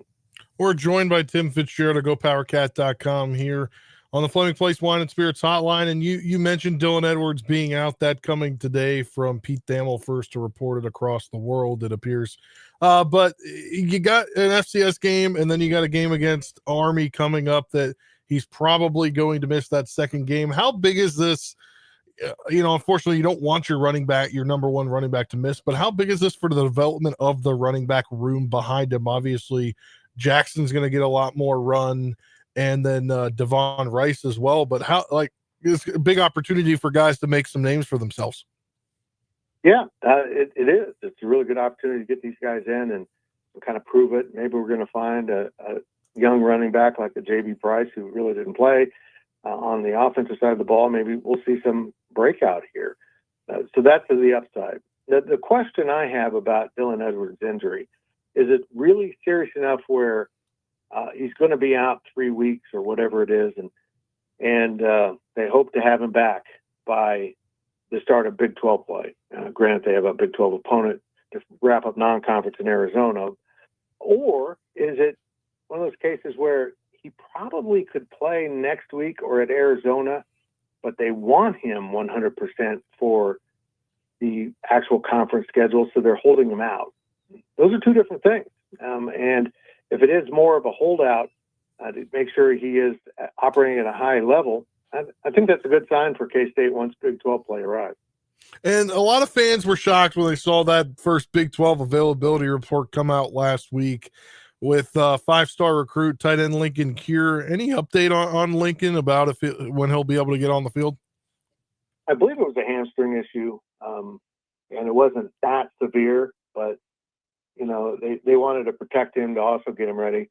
He probably wasn't going to play much in Dublin because, remember, he wasn't in spring football. I think he will be available this weekend, and of course, it's a non-conference game, so K-State wasn't required to put out an injury report, which I kind of wish they had because I'm curious. But I think Kier will be able to go. How much he does, we'll find out, and I think that's going to depend a lot on the scoreboard, because I know K-State would like to get a lot of young guys on the field, give them a lot of playing time. So hopefully they come out in attack mode to get that score opened up. So the second half, we can see some young guys. They played Holden Bass, a defensive tackle, a little bit more than they had intended because Malcolm Alcorn Crowder was hurt. And I thought he did okay, but they want to see more of him. They want to mess around at tackle. Gus Hawkins didn't play any, and they want to get him out there. So this is a perfect game to do it, but you got to get up and get the score kind of comfortable to do so. Tim Fitzgerald covers the Kansas State Wildcats for GoPowerCat.com. Him and the staff do outstanding work, part of the 24/7 Sports Network. And Fitz joins us every Wednesday at this time on the Fleming Place Wine and Spirits hotline for the Wildcat Wrap-Up. Fitz, glad you're back stateside. Enjoy the comforts of the Bills press box on Saturday. We'll talk to you next week. I hope the pregame meal is fish and chips. We should be so lucky. Have a good one, Fitz. Thanks. That is Tim Fitzgerald. We will take a timeout, come back, and wrap up this hour of 580 Sports Talk next.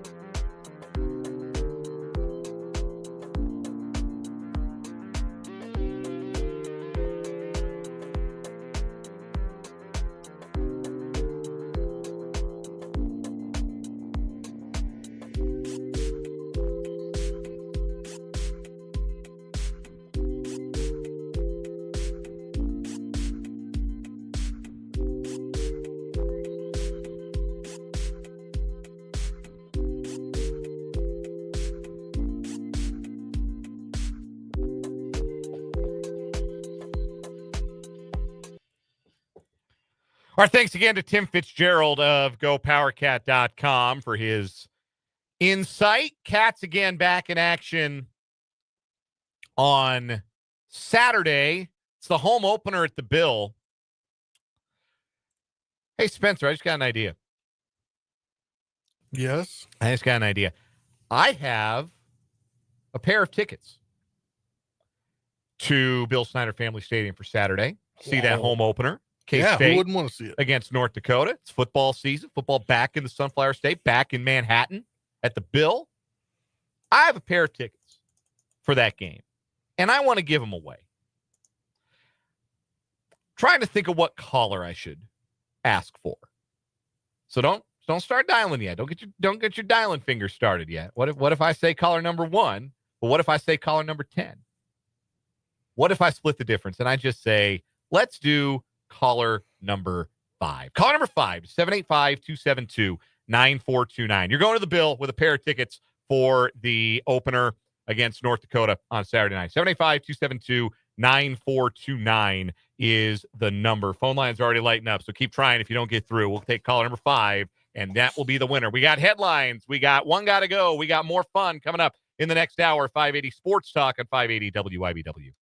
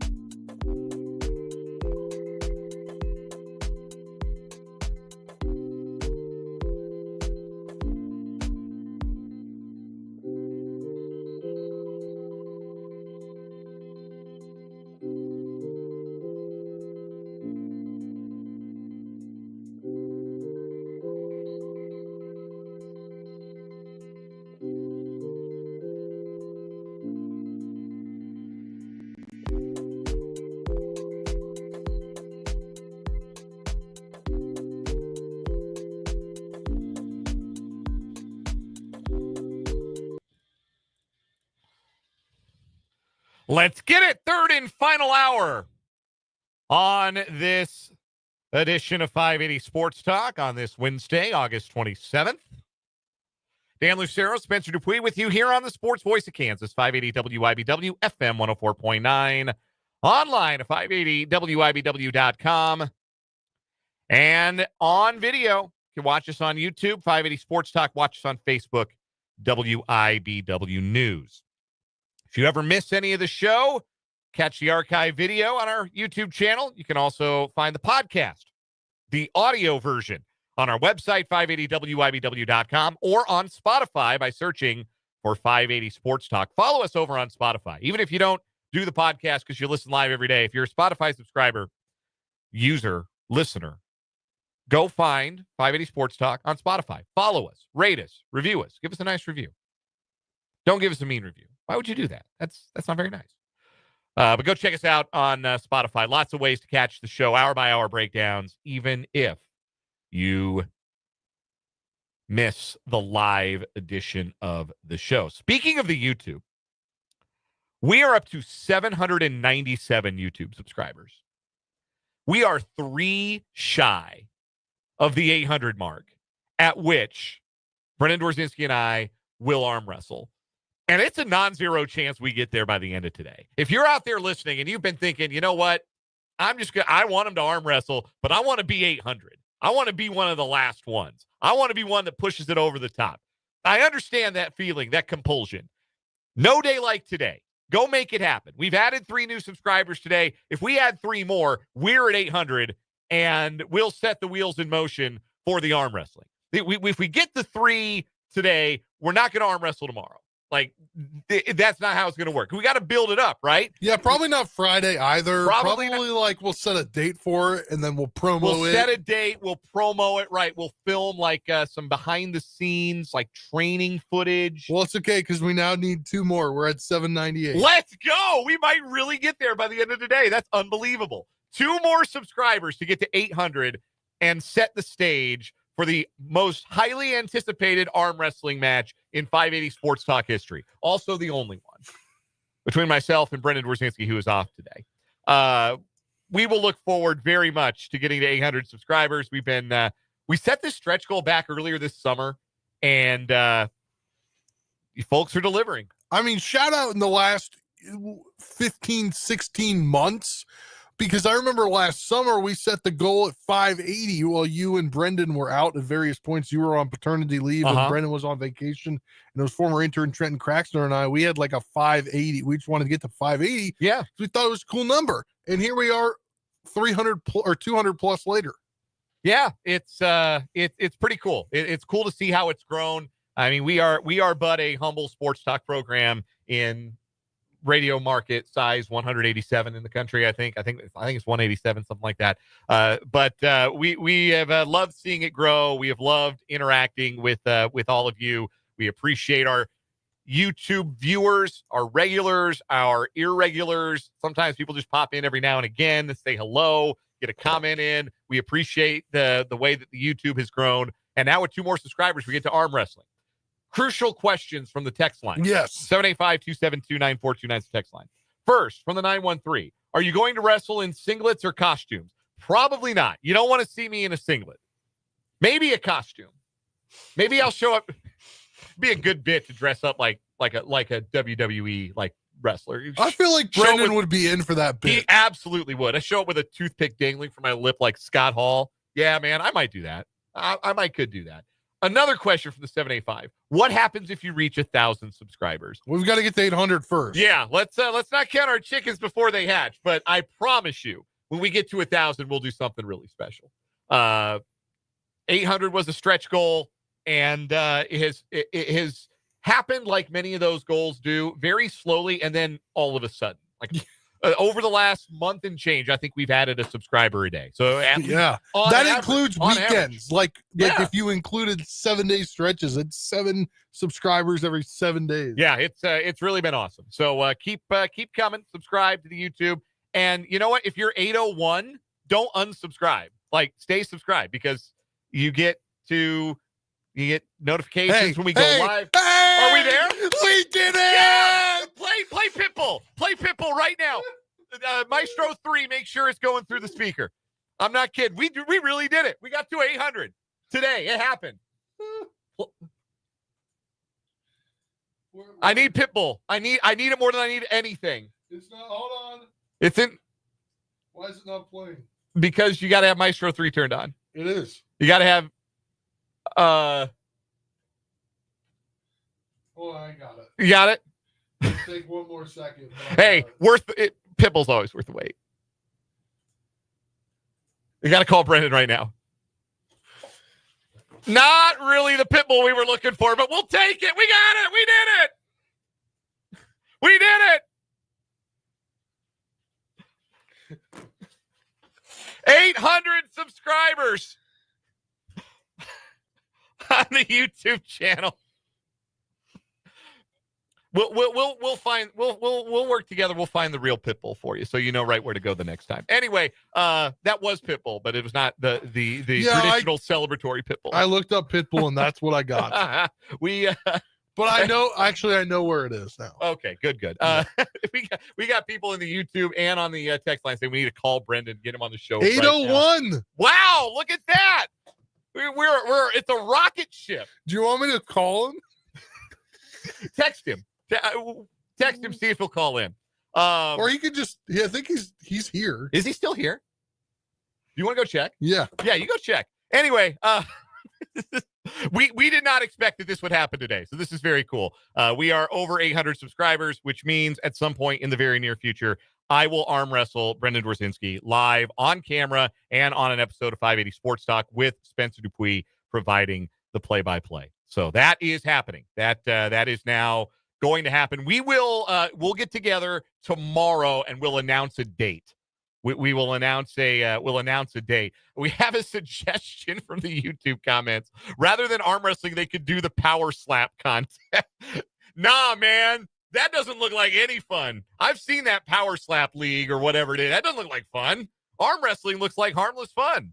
The power slap, I don't know, man. That could hurt some feelings and end some friendships.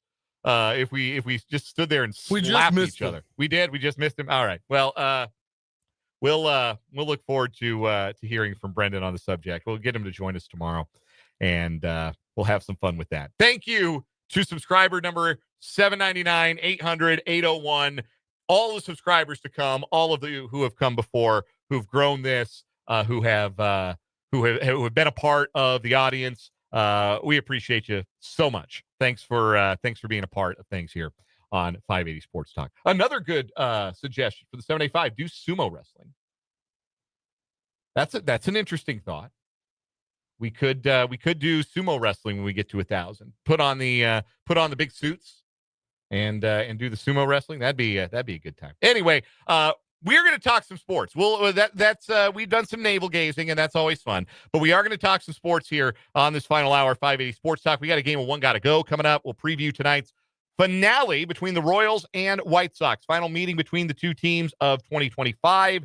A rubber game of a 3-game series. Crucial one for the Royals as they try to finish up this road trip at a 500 mark and go 3-3 on the trip after they salvaged last night with the late rally to win 5-4.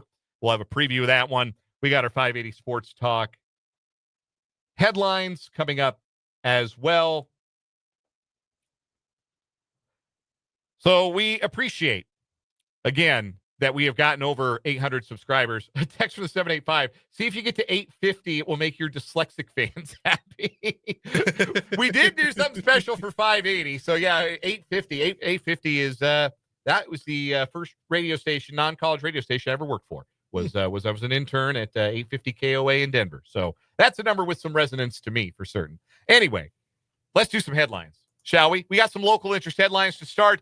Washburn University has announced the 2025 Athletic Hall of Fame class. They will be enshrined on October 18th and honored at the Ichabod football game against Central Missouri that afternoon. Being inducted this year into the Washburn Ichabod Athletics Hall of Fame. Class of 2006 soccer star Jenna Hatlestad. I apologize if I mispronounce any of these games. Jenna Hatlestad was a goaltender for the women's soccer team First team all-region as a senior, also first team all-MIAA as a senior, second in career wins, and third in career saves, also third in saves per game and saves percentage, playing in 60 career games as an Ichabod Jenna Hatlestad is going into the Hall of Fame. Steve Ivanisevic, a kicker for the Washburn football team and an All-American in 2010, unanimous first team All-MIAA and the 2010 MIAA Special Teams Player of the Year. He was 16 of 18 on field goals that season, including a season-high 49-yard attempt. Never missed an extra point, 50-50 in his Ichabod career. Steve Ivanisevic going into the Hall of Fame.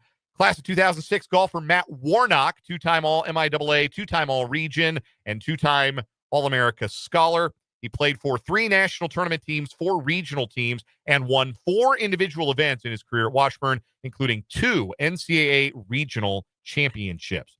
Chris Herron is going into the Hall of Fame. I would have assumed Chris Herron was already in the Hall of Fame, but Chris Herron, the legendary Washburn volleyball coach, entering his 24th season. They're not waiting. There's no waiting period. There's no 5-year. There's no you got to be period. Done with the university. No, put him in. Chris Herron going into the Washburn Athletics Hall of Fame. Career record as he enters year 24 of 624 and 140 with a 306 and 85 MIAA record. He has coached the Washburn volleyball program to 6 MIAA titles and 18 NCAA tournaments. He has coached 52 All-Americans, 92 All-Region players, 47 All-MIAA first-team players, a 4-time MIAA Coach of the Year, Chris Herron. And he will go in along with the 2007 Ichabod volleyball team that will be enshrined. They reached the Final Four that season, going 38-4 and finishing as the third-ranked team in NCAA Division II. They set school records at the time for wins, winning percentage, winning streak, 29 in a row, sweeps with 24, and team hitting percentage as well. So that 2007 Washburn volleyball team will be enshrined as well. Congratulations to the 2025 Washburn Athletics Hall of Fame class. Spencer, next headline. Yes, the Kansas State men's basketball got some great news after getting not so good news last week about, it was Tyreek Smith, right? Yes. Yeah, he was deemed ineligible after his eligibility ran out, but they now have confirmed eligibility for Andre Kostic. He's been fully cleared by the NCAA, according to Jerome Tang. That led to Kansas State announcing its full roster for the upcoming season today. So, yes, we now know the 14, I believe. 14 players. There's still one roster spot left, and there are folks that are speculating that roster spot may be filled by another international player, possibly. But yes, the K-State Sports Information put out the roster, the initial roster for the 2025-26 K-State Wildcats. One note about Kostic, first of all, note the uniform number. He will wear number 47. What are his initials? AK 47. There you go. So they took out that rule. Just like Andrei Kirilenko of the Jazz. Did they take out that rule? What rule? The number rule, or has that ever been a rule? That hasn't been a rule for a couple years now. Okay. They changed it 2-3 years ago where, you were no longer had to wear 0 through 5, 10 through 15. Yeah, they changed that some time ago. Also, if you have been wondering and waiting for official pronunciations on the newest members of the K-State men's basketball team, like we have, it is Andre Kostic. Elias Rupiek is the German big man. He'll wear number 0. And Doreen Buca is the big man, the 7-footer from Romania. He'll wear number 22. 10 newcomers for Jerome Tang's 2025-26 Wildcats. And Kostic was the last one that needed to be cleared, and he has been. So there you have it. Let's do some more headlines. I'll do the Big 12 headline. 2 Big 12 teams have named their starting quarterbacks, which I believe means everybody has now named their starter for their first game. Obviously, Kansas and Kansas State have already played. Everybody else opens this weekend. There were only 2 teams that hadn't named starting quarterbacks. UCF I'm sure you noted this, Spencer. Oh, yeah. I don't know how he keeps being named a starter. He is trash. Your guy, Cam Fancher, Marshall Thundering Herd great, is going to start for UCF. See how long that lasts. But Colorado and Oklahoma State have named their starting quarterbacks. Colorado is going with the Liberty transfer, Caden Salter, over the 5-star recruit, Juju Lewis, at least for now. But it will be Salter who gets the start for CU when they open Friday night against Georgia Tech. Oklahoma State is going with Haas Haney. That is how you pronounce it. He helpfully provides his own pronunciation guide for his name in his X bio. In fact, I think it's his display name on X is the pronunciation. Haas Haney wins the starting job for Mike Gundy's Cowboys. This is true. I know this because I play the video game a little bit, College Football 26. There are people that say he's a cheat code on the video game because he is very fast. Like, that is the thing about Haney. Like, is he a good quarterback? Well, he's fast. Like, well, how is he at throwing the ball? He's fast. Anyway, that is the latest from the Big 12 Conference. Spencer, let's do some NFL headlines. Yeah, Adam Thielen has been traded back to Minnesota. That comes days after the deal broke down. Yeah, and now the deal happens. It's quite a bit that which I see Vikings why it took so long are sending over. The Panthers get a 5th-round pick and a 4th-round pick in 2027. The Vikings get Thielen and a conditional 2026 7th and a 2027 5th. So it's a 27 pick swap, and the Panthers get a 2026 5th. I was talking to Brendan about this off the air. Like, on the one hand, this continues a league-wide trend. Teams only want to bring back players that they already know. It's unbelievable. Whether it's the Chiefs reuniting with Derek Nottie and Clyde Edwards-Helaire, or it's the Bills re-signing the withering husk of Jordan Poyer to play safety, or the Vikings reuniting with Adam Thielen. Comfortability means a lot in NFL transactions these days. And who says you can't go home again? But the less charitable reading of this is, if J.J. McCarthy can't get the ball down the field to Jordan Jefferson, he's going to need an underneath safety blanket. And Thielen's still really good at being one of those, but he might be a little more necessary. Certainly, there have been a lot of injuries at Vikings camp. They know they're going to be without Jordan Addison for the first 3 games because of suspension. Rondale Moore got hurt in the first preseason game and won't play. Jefferson's been hurt. So, really, it was a big question mark at wide receiver. They needed somebody. But is Thielen there to add to depth, or is he there because that's who they think J.J. McCarthy is going to be best at getting the ball to? That would not be a great omen for the rookie quarterback out of Michigan. Anyway, more NFL transactions. Yes. Kyle Hamilton gets the biggest deal for a safety in NFL history as he signs the extension with the Ravens, 4-year, $100.4 million extension. The deal includes $82 million guaranteed, surpassing the previous record of $45 million for a safety, nearly doubled it.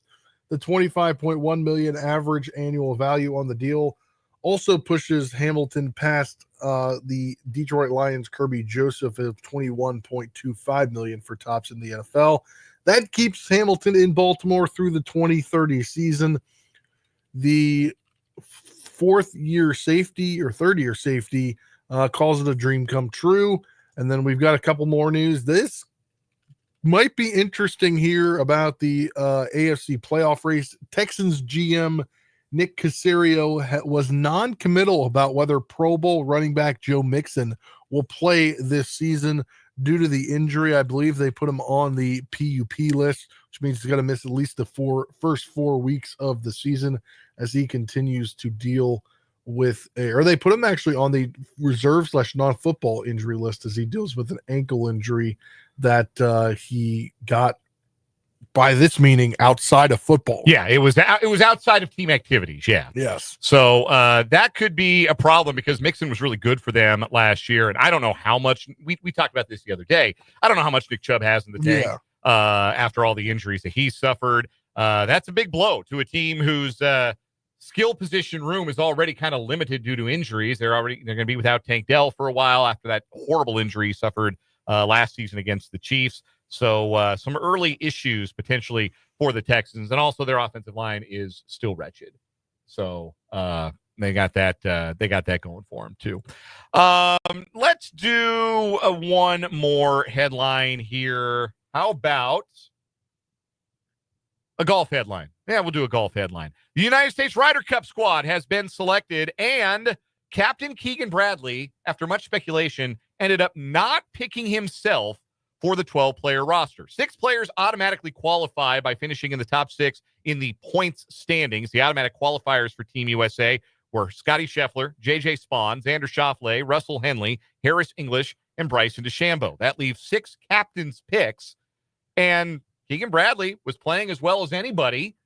Won an event this year, has 3 wins worldwide over the last 2 years, but chose not to pick himself as a playing captain, of which there hasn't been one in 62 years. Instead, the 6 captains' picks for Keegan Bradley's Team USA are Justin Thomas, Colin Morikawa, Ben Griffin, Cameron Young, Patrick Cantlay, and Sam Burns.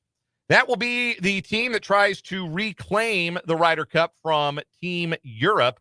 The Ryder Cup coming up end of next month at Bethpage Black in New York. That'll be your 580 Sports Talk headlines. We'll come back. We'll play a little One Gotta Go when we come back here on 580 Sports Talk.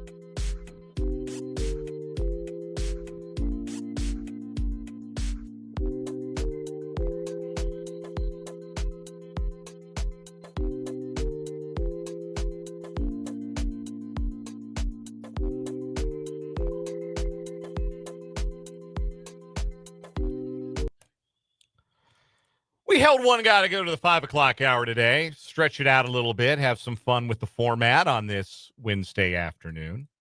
I've got a handful of these. I'm the quiz master today. I'm going to give you an inverse One Gotta Go to start. Okay, so this is one got to stay, I guess. You have to add one of these 4 recently cut wide receivers to your NFL 53-man roster. Who are you keeping? Kendrick Bourne, Hunter Renfrow, Robert Woods, or Marquez Valdez-Scantling? Well, I don't know if you know, but MVS has reunited with Sky Moore, and he's been signed by the depleted 49ers. I did not know that. Yes, that came down, I think, during the first hour of the show. They are in so much trouble, but they got cut. So the conceit of the question still stands. All 4 of these guys got cut. Kendrick Bourne, formerly of the Patriots, he got cut today. Robert Woods was with the Steelers, which I had no idea that was the case. And Hunter Renfrow was trying to resurrect his career with the Panthers after he did not play last season. Did they call him back maybe and re-sign him after trading Thielen? Maybe they will. I just know he got cut yesterday, and again, that is the conceit of the game we are playing. Part of me, well, he was so washed last year. He played 15 games and only caught 20 passes. Part of me wanted to say Robert Woods, a.k.a. Bobby Trees, but I guess not. Yeah, I think he's pretty cooked. He would not be my choice. I think he's about... He hasn't scored a touchdown since 2021. No, that's not true. Oh, that's a rushing touchdown. Yeah. Me, no. He only has he only had 1 touchdown in 2 seasons with Houston, yes, which is damning enough. He's also, I think, the oldest player on this list. He is 33 years old. Shoot, give me MVS. Right? He doesn't seem so bad in retrospect.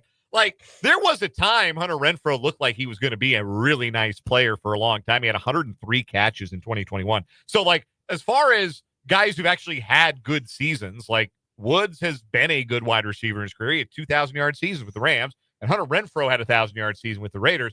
MVS doesn't have one of those, obviously, and Kendrick Bourne never quite got there in his NFL career either.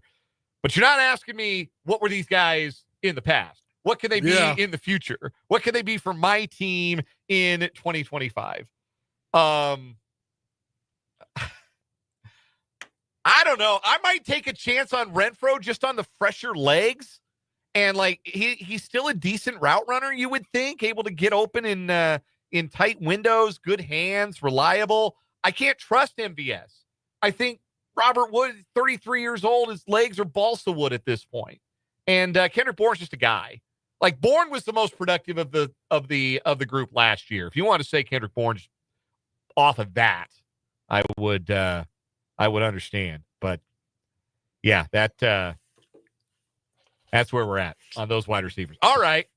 How about notable quarterback cuts? You got to add one of these to your 53-man roster. And yes, I know that one of them has been signed today. It's not the game. Tommy DeVito, Will Grier, Hendon Hooker, or Bailey Zappi. You have to take one of them. You are down so bad that you need one of those guys on your 53. So the Hall of Electric college quarterbacks here. And Hendon Hooker was a lot of fun in college. Yeah. So was Bailey Zappi. Yes, he was, man. He was a revelation at Western Kentucky, man. Yes. Oh, shoot. I don't know. I've seen Bailey Zappi play, and it's a no from me, sir. You're on the worst teams now practice squad, so good luck to you. Tommy DeVito, he also signed today to the Pats practice squad, I believe. Yes, he did. Or maybe their third string quarterback. I'm not sure which one. Well, it is the same thing. But I'll take Tommy DeVito. I feel like he's got a little upside there. Man, Tommy Cutlets had a run. He did. That was a nice few weeks. Yeah, that was an era. Yeah. That was only lasted a few games. It was. That was in that was remember his he called his agent. Remember his agent? His agents, yeah. Yeah, the guy that looked like a mobster. Intentionally looked like a mob boss. Yeah, man, that was something. Yeah, man, we'll always have those memories, won't we? Yep. All right. How about running backs? Whew. These are running backs that are looking for a new home. I will give you my list of running backs as I need to find maybe one more for this. Audric Estime was cut by the Broncos. Deuce Vaughn, cut by the Dallas Cowboys.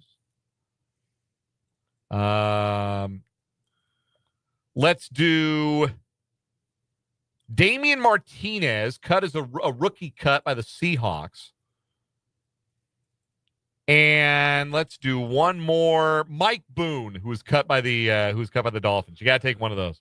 Ooh, what were the first two again? The first two were Deuce Vaughn and Audric Estime. Give me Audric Estime. I think I would probably say Estime too. I really liked him coming out of college. Yeah. I'm really surprised it hasn't clicked for him in the NFL. He might just be one of those tweeners, not quite big enough physically, not quite fast enough, but like in college, he was both big enough and fast enough, and he's just not one of either of those things enough to be particularly good. I could have put Khalil Herbert on the list. He got cut by the Colts. Yeah, I don't want to be this guy, but great career at Kansas State. Deuce Vaughn? Yes, but I feel like the Cowboys did one of their guys a favor, because wasn't his dad like an analyst or something? Yeah, for them? His dad's a scout. Yeah, I feel like the Cowboys and Jerry and his son did them a little favor and drafted him in the 6th round. So because they gave him some chances. It never quite clicked for him, which is unfortunate. Again, you're talking about one of the most exciting college players, even if you're not a K-State fan, talking about one of the most exciting college football players the last decade. And at some point, it starts to matter that you're only 5'5". Yeah, 40 carries, 110 yards in his career. Yeah, it just never showed the sort of explosion. Like, I mean, you can't average 2.8 yards per carry in an NFL career. The whole idea was, well, okay, yeah, he's not big, but we can get him into space, and he's tougher between the tackles than you think, and he can get loose, he can do some things, and it just, he got chances, and they just never came through. And look, that's not me going against the K-State fans. Obviously, a lot of guys in our chat here would pick Deuce Vaughn, but I just think he's too short. It is interesting, and we got listeners pointing out. Mark B points out in the YouTube comments. It's interesting he never got more of a shot as a return guy. And now Dallas has been set. They've got, what's his name? Turpin, who's been their big return guy the last couple of years. It is interesting that he never got a chance to be like a return specialist in the NFL. He returned 4 punts for the Cowboys in 2023. That's the extent of his career in NFL games as a return man. I do wonder if there might be some juice left for Deuce as a return man, but he just wasn't going to get that chance in Dallas. And I mean, he's like the mirror image of a Brandon Banks. And it's hard to keep. Like, I mean, we went through it with the Chiefs. Like, we wondered, are they going to keep Nico Remigio as basically just the return guy? It's hard to be just a return man and make a 53-man roster. Well, so I think even it's hard now that because over the last 15 years, like I think since 2010, your special teams has like evolutionized that, like your long snapper is a player that just goes out there for long snaps. Like, I feel like back in the early 2000s and prior to that, like your center, was like your third tight end, it was like your backup third string center, your tight end, your backup tight end. But now it's a specialized position that takes up one of a coveted 53 spots, and 2 others are already taken up by 2 other specialists. So a return specialist, very hard to have right now in the NFL. Yeah, a little bit more difficult. I hope Deuce Vaughn gets another chance. A wonderful kid. I have enjoyed watching him. I was pulling for him to make good with the Cowboys. He can't say he didn't get chances. I hope he gets another one somewhere, even if he has to work his way back through like the UFL path or goes up to Canada. I think he could be really good in Canada, actually. Bigger, wider field. I think he'd be awesome in Canada. I mean, Brandon Banks was amazing in the Canadian Football League. Yeah, like there's I don't think we've seen the last of Deuce Vaughn on the football field. Let's just say that. And I'm pulling for him wherever he goes, because that was a special player at K-State and a really outstanding young man. We'll take a timeout. We'll come back. We'll talk a little Royals baseball when we come back here on 580 Sports Talk.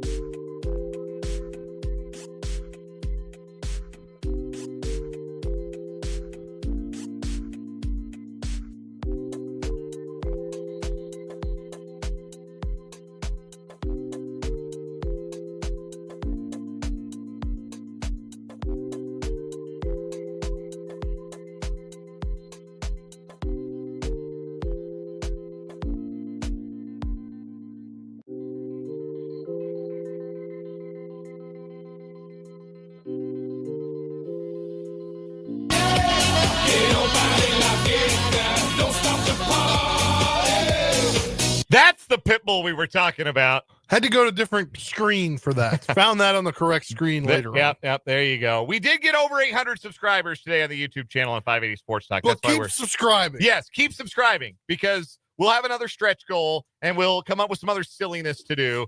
But we'll set a date. We'll tell you on tomorrow's show when we're going to do the arm wrestling match between myself and Brendan Dworzinski.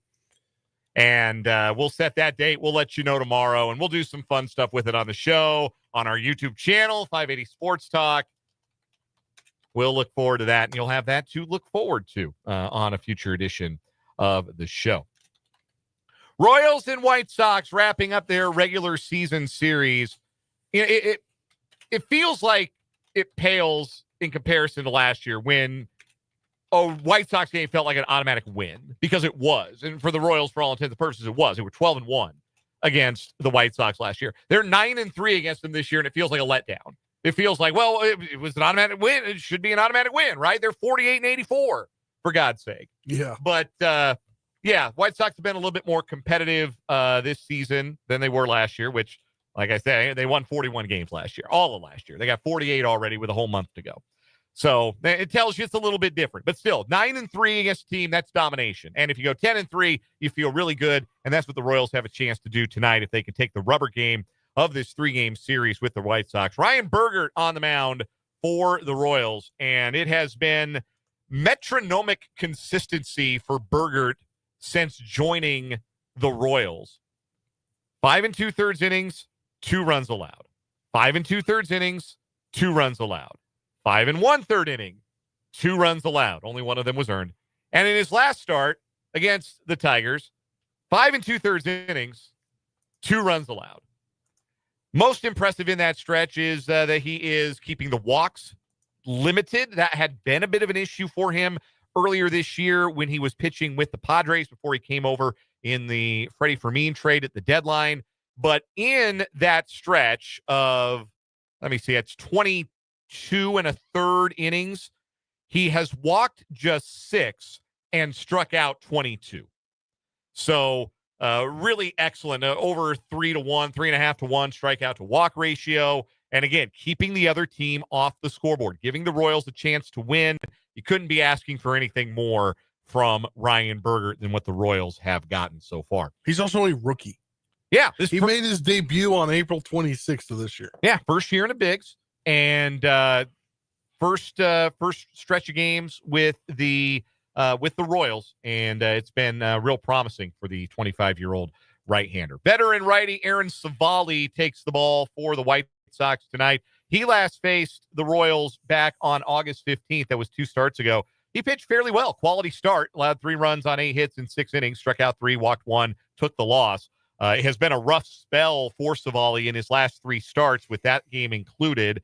In 14 1/3 innings, he has allowed 16 earned runs. So teams have been jumping on the right-handed veteran who has an ERA this season of over 5, and the Royals will try and do the same again tonight with this starting lineup. Mike Yastrzemski in right field will lead off, followed by Bobby Witt Jr. at short, Vinny Pasquantino at first. Maikel Garcia is back at the cleanup spot at third base. Salvador Perez will bat 5th. And Adam Frazier at second base tonight. Jonathan India will DH and bat 7th. Michael Massey's back in the order in left field, batting 8th. And Kyle Isbell will bat 9th and play center field. The lefties back in the lineup tonight against the righty Savali. For the White Sox, against the right-handed Ryan Bergert, Michael Tauchman, left-handed hitter, will lead off in right field, followed by Miguel Vargas at first base, Kyle Teal doing the catching, and Lenine Sosa hitting cleanup at second base. Andrew Benintendi, Royal Great, will bat 5th and play left field. Edgar Cuero is the DH tonight, batting 6th. Then Chase Mydroth at short, Brooks Baldwin at third base, and Royal Great Michael A. Taylor in center field. Well, I don't know if you saw this earlier today, but they don't have to deal with Luis Robert Jr., who was put on the IL with a grade 2 hamstring strain. They'll probably sideline him for the rest of the season. Would imagine so. He has been OPSing 857 since the All-Star break. So, yeah, he had a little bit of a run, and all you need to know about his season, how it's gone, is that the White Sox would have done anything to trade him, and they couldn't find any takers. They would have done whatever they could to trade Luis Robert, but he is quite expensive for the kind of player that he is, which is not the player it looked like he was becoming after his breakout 2023. Yeah. He hit 38 home runs, OPS 857 in 2023, and won a Silver Slugger. He's already got a Gold Glove in his career, too. And since 2023, in 2 seasons since then, he has an OPS of like 660, like almost 200 points of OPS lost. Still stealing bases, still plays a decent center field. Also, he can't stay healthy. Other than that, they feel really great about those team options for 2026 and 2027. In fact, I wouldn't be surprised they didn't pick him up, to be completely honest with you, because you don't pay 1-win players or 2-win players $20 million. Yeah. So they might buy him out. He might hit free agency, and then you end up getting nothing for Luis Robert. And that doesn't help a rebuild. That was your best position player, and you don't get anything for him. I will say this for the White Sox, though. Like, the Royals kicked their butts pillar to post last season, 12-1, and they're 9-3 against them. So they've handled them more often than not this year too. I remember earlier in the year when the White Sox lost a game to the Royals because the Royals rallied in the 9th inning because a pop fly hit their second baseman in the head. Yeah. Oh my God, that was so funny. Who was that got domed? Was that Mydroth? I'm trying to remember who that was. Oh, it was maybe the funniest play of the entire season. The second baseman he's under the pop-up, and it just hits him dead in the cranium. One of the funniest things that ever happened. The Royals won on a walk-off that night. Scored 2 in the 9th. I got to see who it was. Bobby Witt Jr. had the game-winning hit. It was Mydroth. It was Chase Mydroth that night who got hit in the head. Anyway, yeah, it looked like at the time the White Sox were 10-26 at that point. It looked like they were going to be miserable again. But I give them credit. They're much feistier in the last couple of months. They've called up some young guys, and like I said, like Kyle Teal looks like the catcher of the future. He's not playing tonight, but Colson Montgomery looks like the shortstop of the future. Lenine Sosa's had a nice year. He's still only 25. Mydroth is a solid, utility player. Edgar Cuero can hit. Like, they're not going to be like, we won't be sitting here next year and saying, man, 9-3 against the White Sox feels like a letdown. I don't think they're going to be quite that bad. Yeah. I don't think they're going to be quite that bad moving forward. Royals need a win to win the series. They also look like they're going to need a win to keep pace with the Mariners. That's because Seattle leads the Padres 4-2 with one out, the bases empty in the ninth inning. Currently, bottom of the order, Jake Cronenworth is at the plate against Seattle closer Andres Munoz. Freddie Fermin on deck. Freddie's 0-3 with 2 Ks today, but could do his old mates a solid if Cronenworth can get on base in this at bat. We got Royals baseball coming up, and Cronenworth did get on base. I see the blue dot for in play, no out. There you go. You love to see it. Tying run coming to the plate. It's Freddie Fermin. Come on, Freddie. Come on, Freddie. Help out your old club. Do the Royals a solid. We'll let you know how that all goes. Royals baseball tonight, 6 o'clock pregame, 6:40 first pitch from Rate Field. Oh, they're pinch hitting. No, come on, Padres. Will Wagner pinch hitting for Fermin. We'll keep you updated. Royals baseball's next, but first we'll take a break, come back with the final word.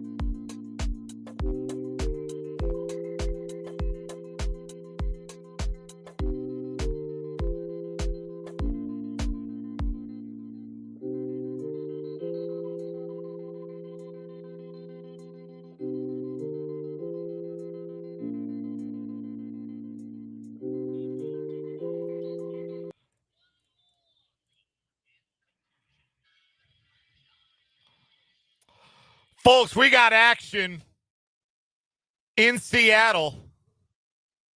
Fernando Tatis Jr., RBI double, 4-3, tying run in scoring position, 2 outs in the ninth.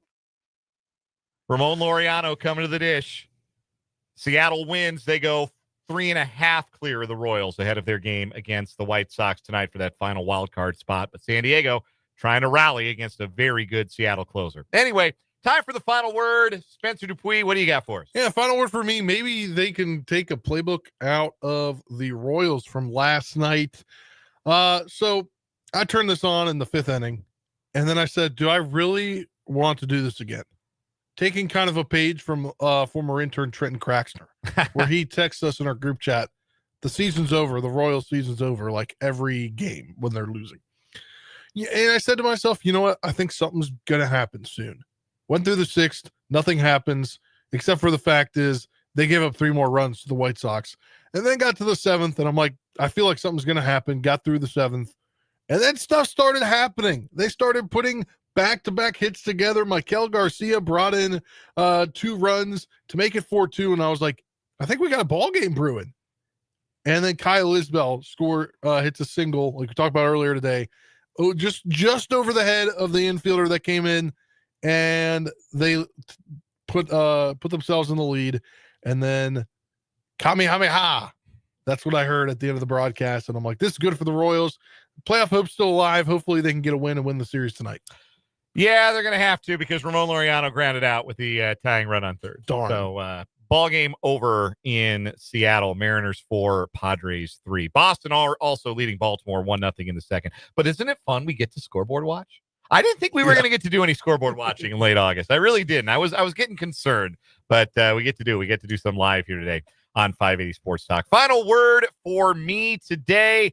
The Chiefs have clarity on the Rashee Rice suspension, and that might be more valuable than any fight that Rice and his representation and the NFLPA could have put together to try and lessen the penalty ultimately handed down by the NFL for the violation of the personal conduct policy. They could have waited for the hearing September 30th and maybe gotten less of a suspension. Of course, you never know. You go to trial, you go in front of a judge, you might get more than you bargained for, too. It was never going to be the 10 games that the NFL floated publicly as a suspension for Rice. That much is certain. But now we know it's 6 games, and it starts in the opener. We know which games Rashee Rice will miss. We know which game he will come back for. We know it will have been, at that point, over a year since his ACL injury, and the Chiefs won't have to worry about a shoe dropping in the middle of the season. They will be prepared, and they will be able to move forward. And I think that clarity is valuable for the Chiefs.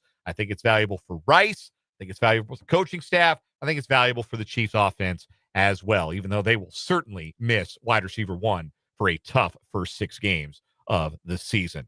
We'll be back tomorrow from 3 until 6. Royals baseball is coming up next. For Spencer Dupuis, I'm Dan Lucero. Thanks for getting us to 800 YouTube subscribers on 580 Sports Talk. Good night.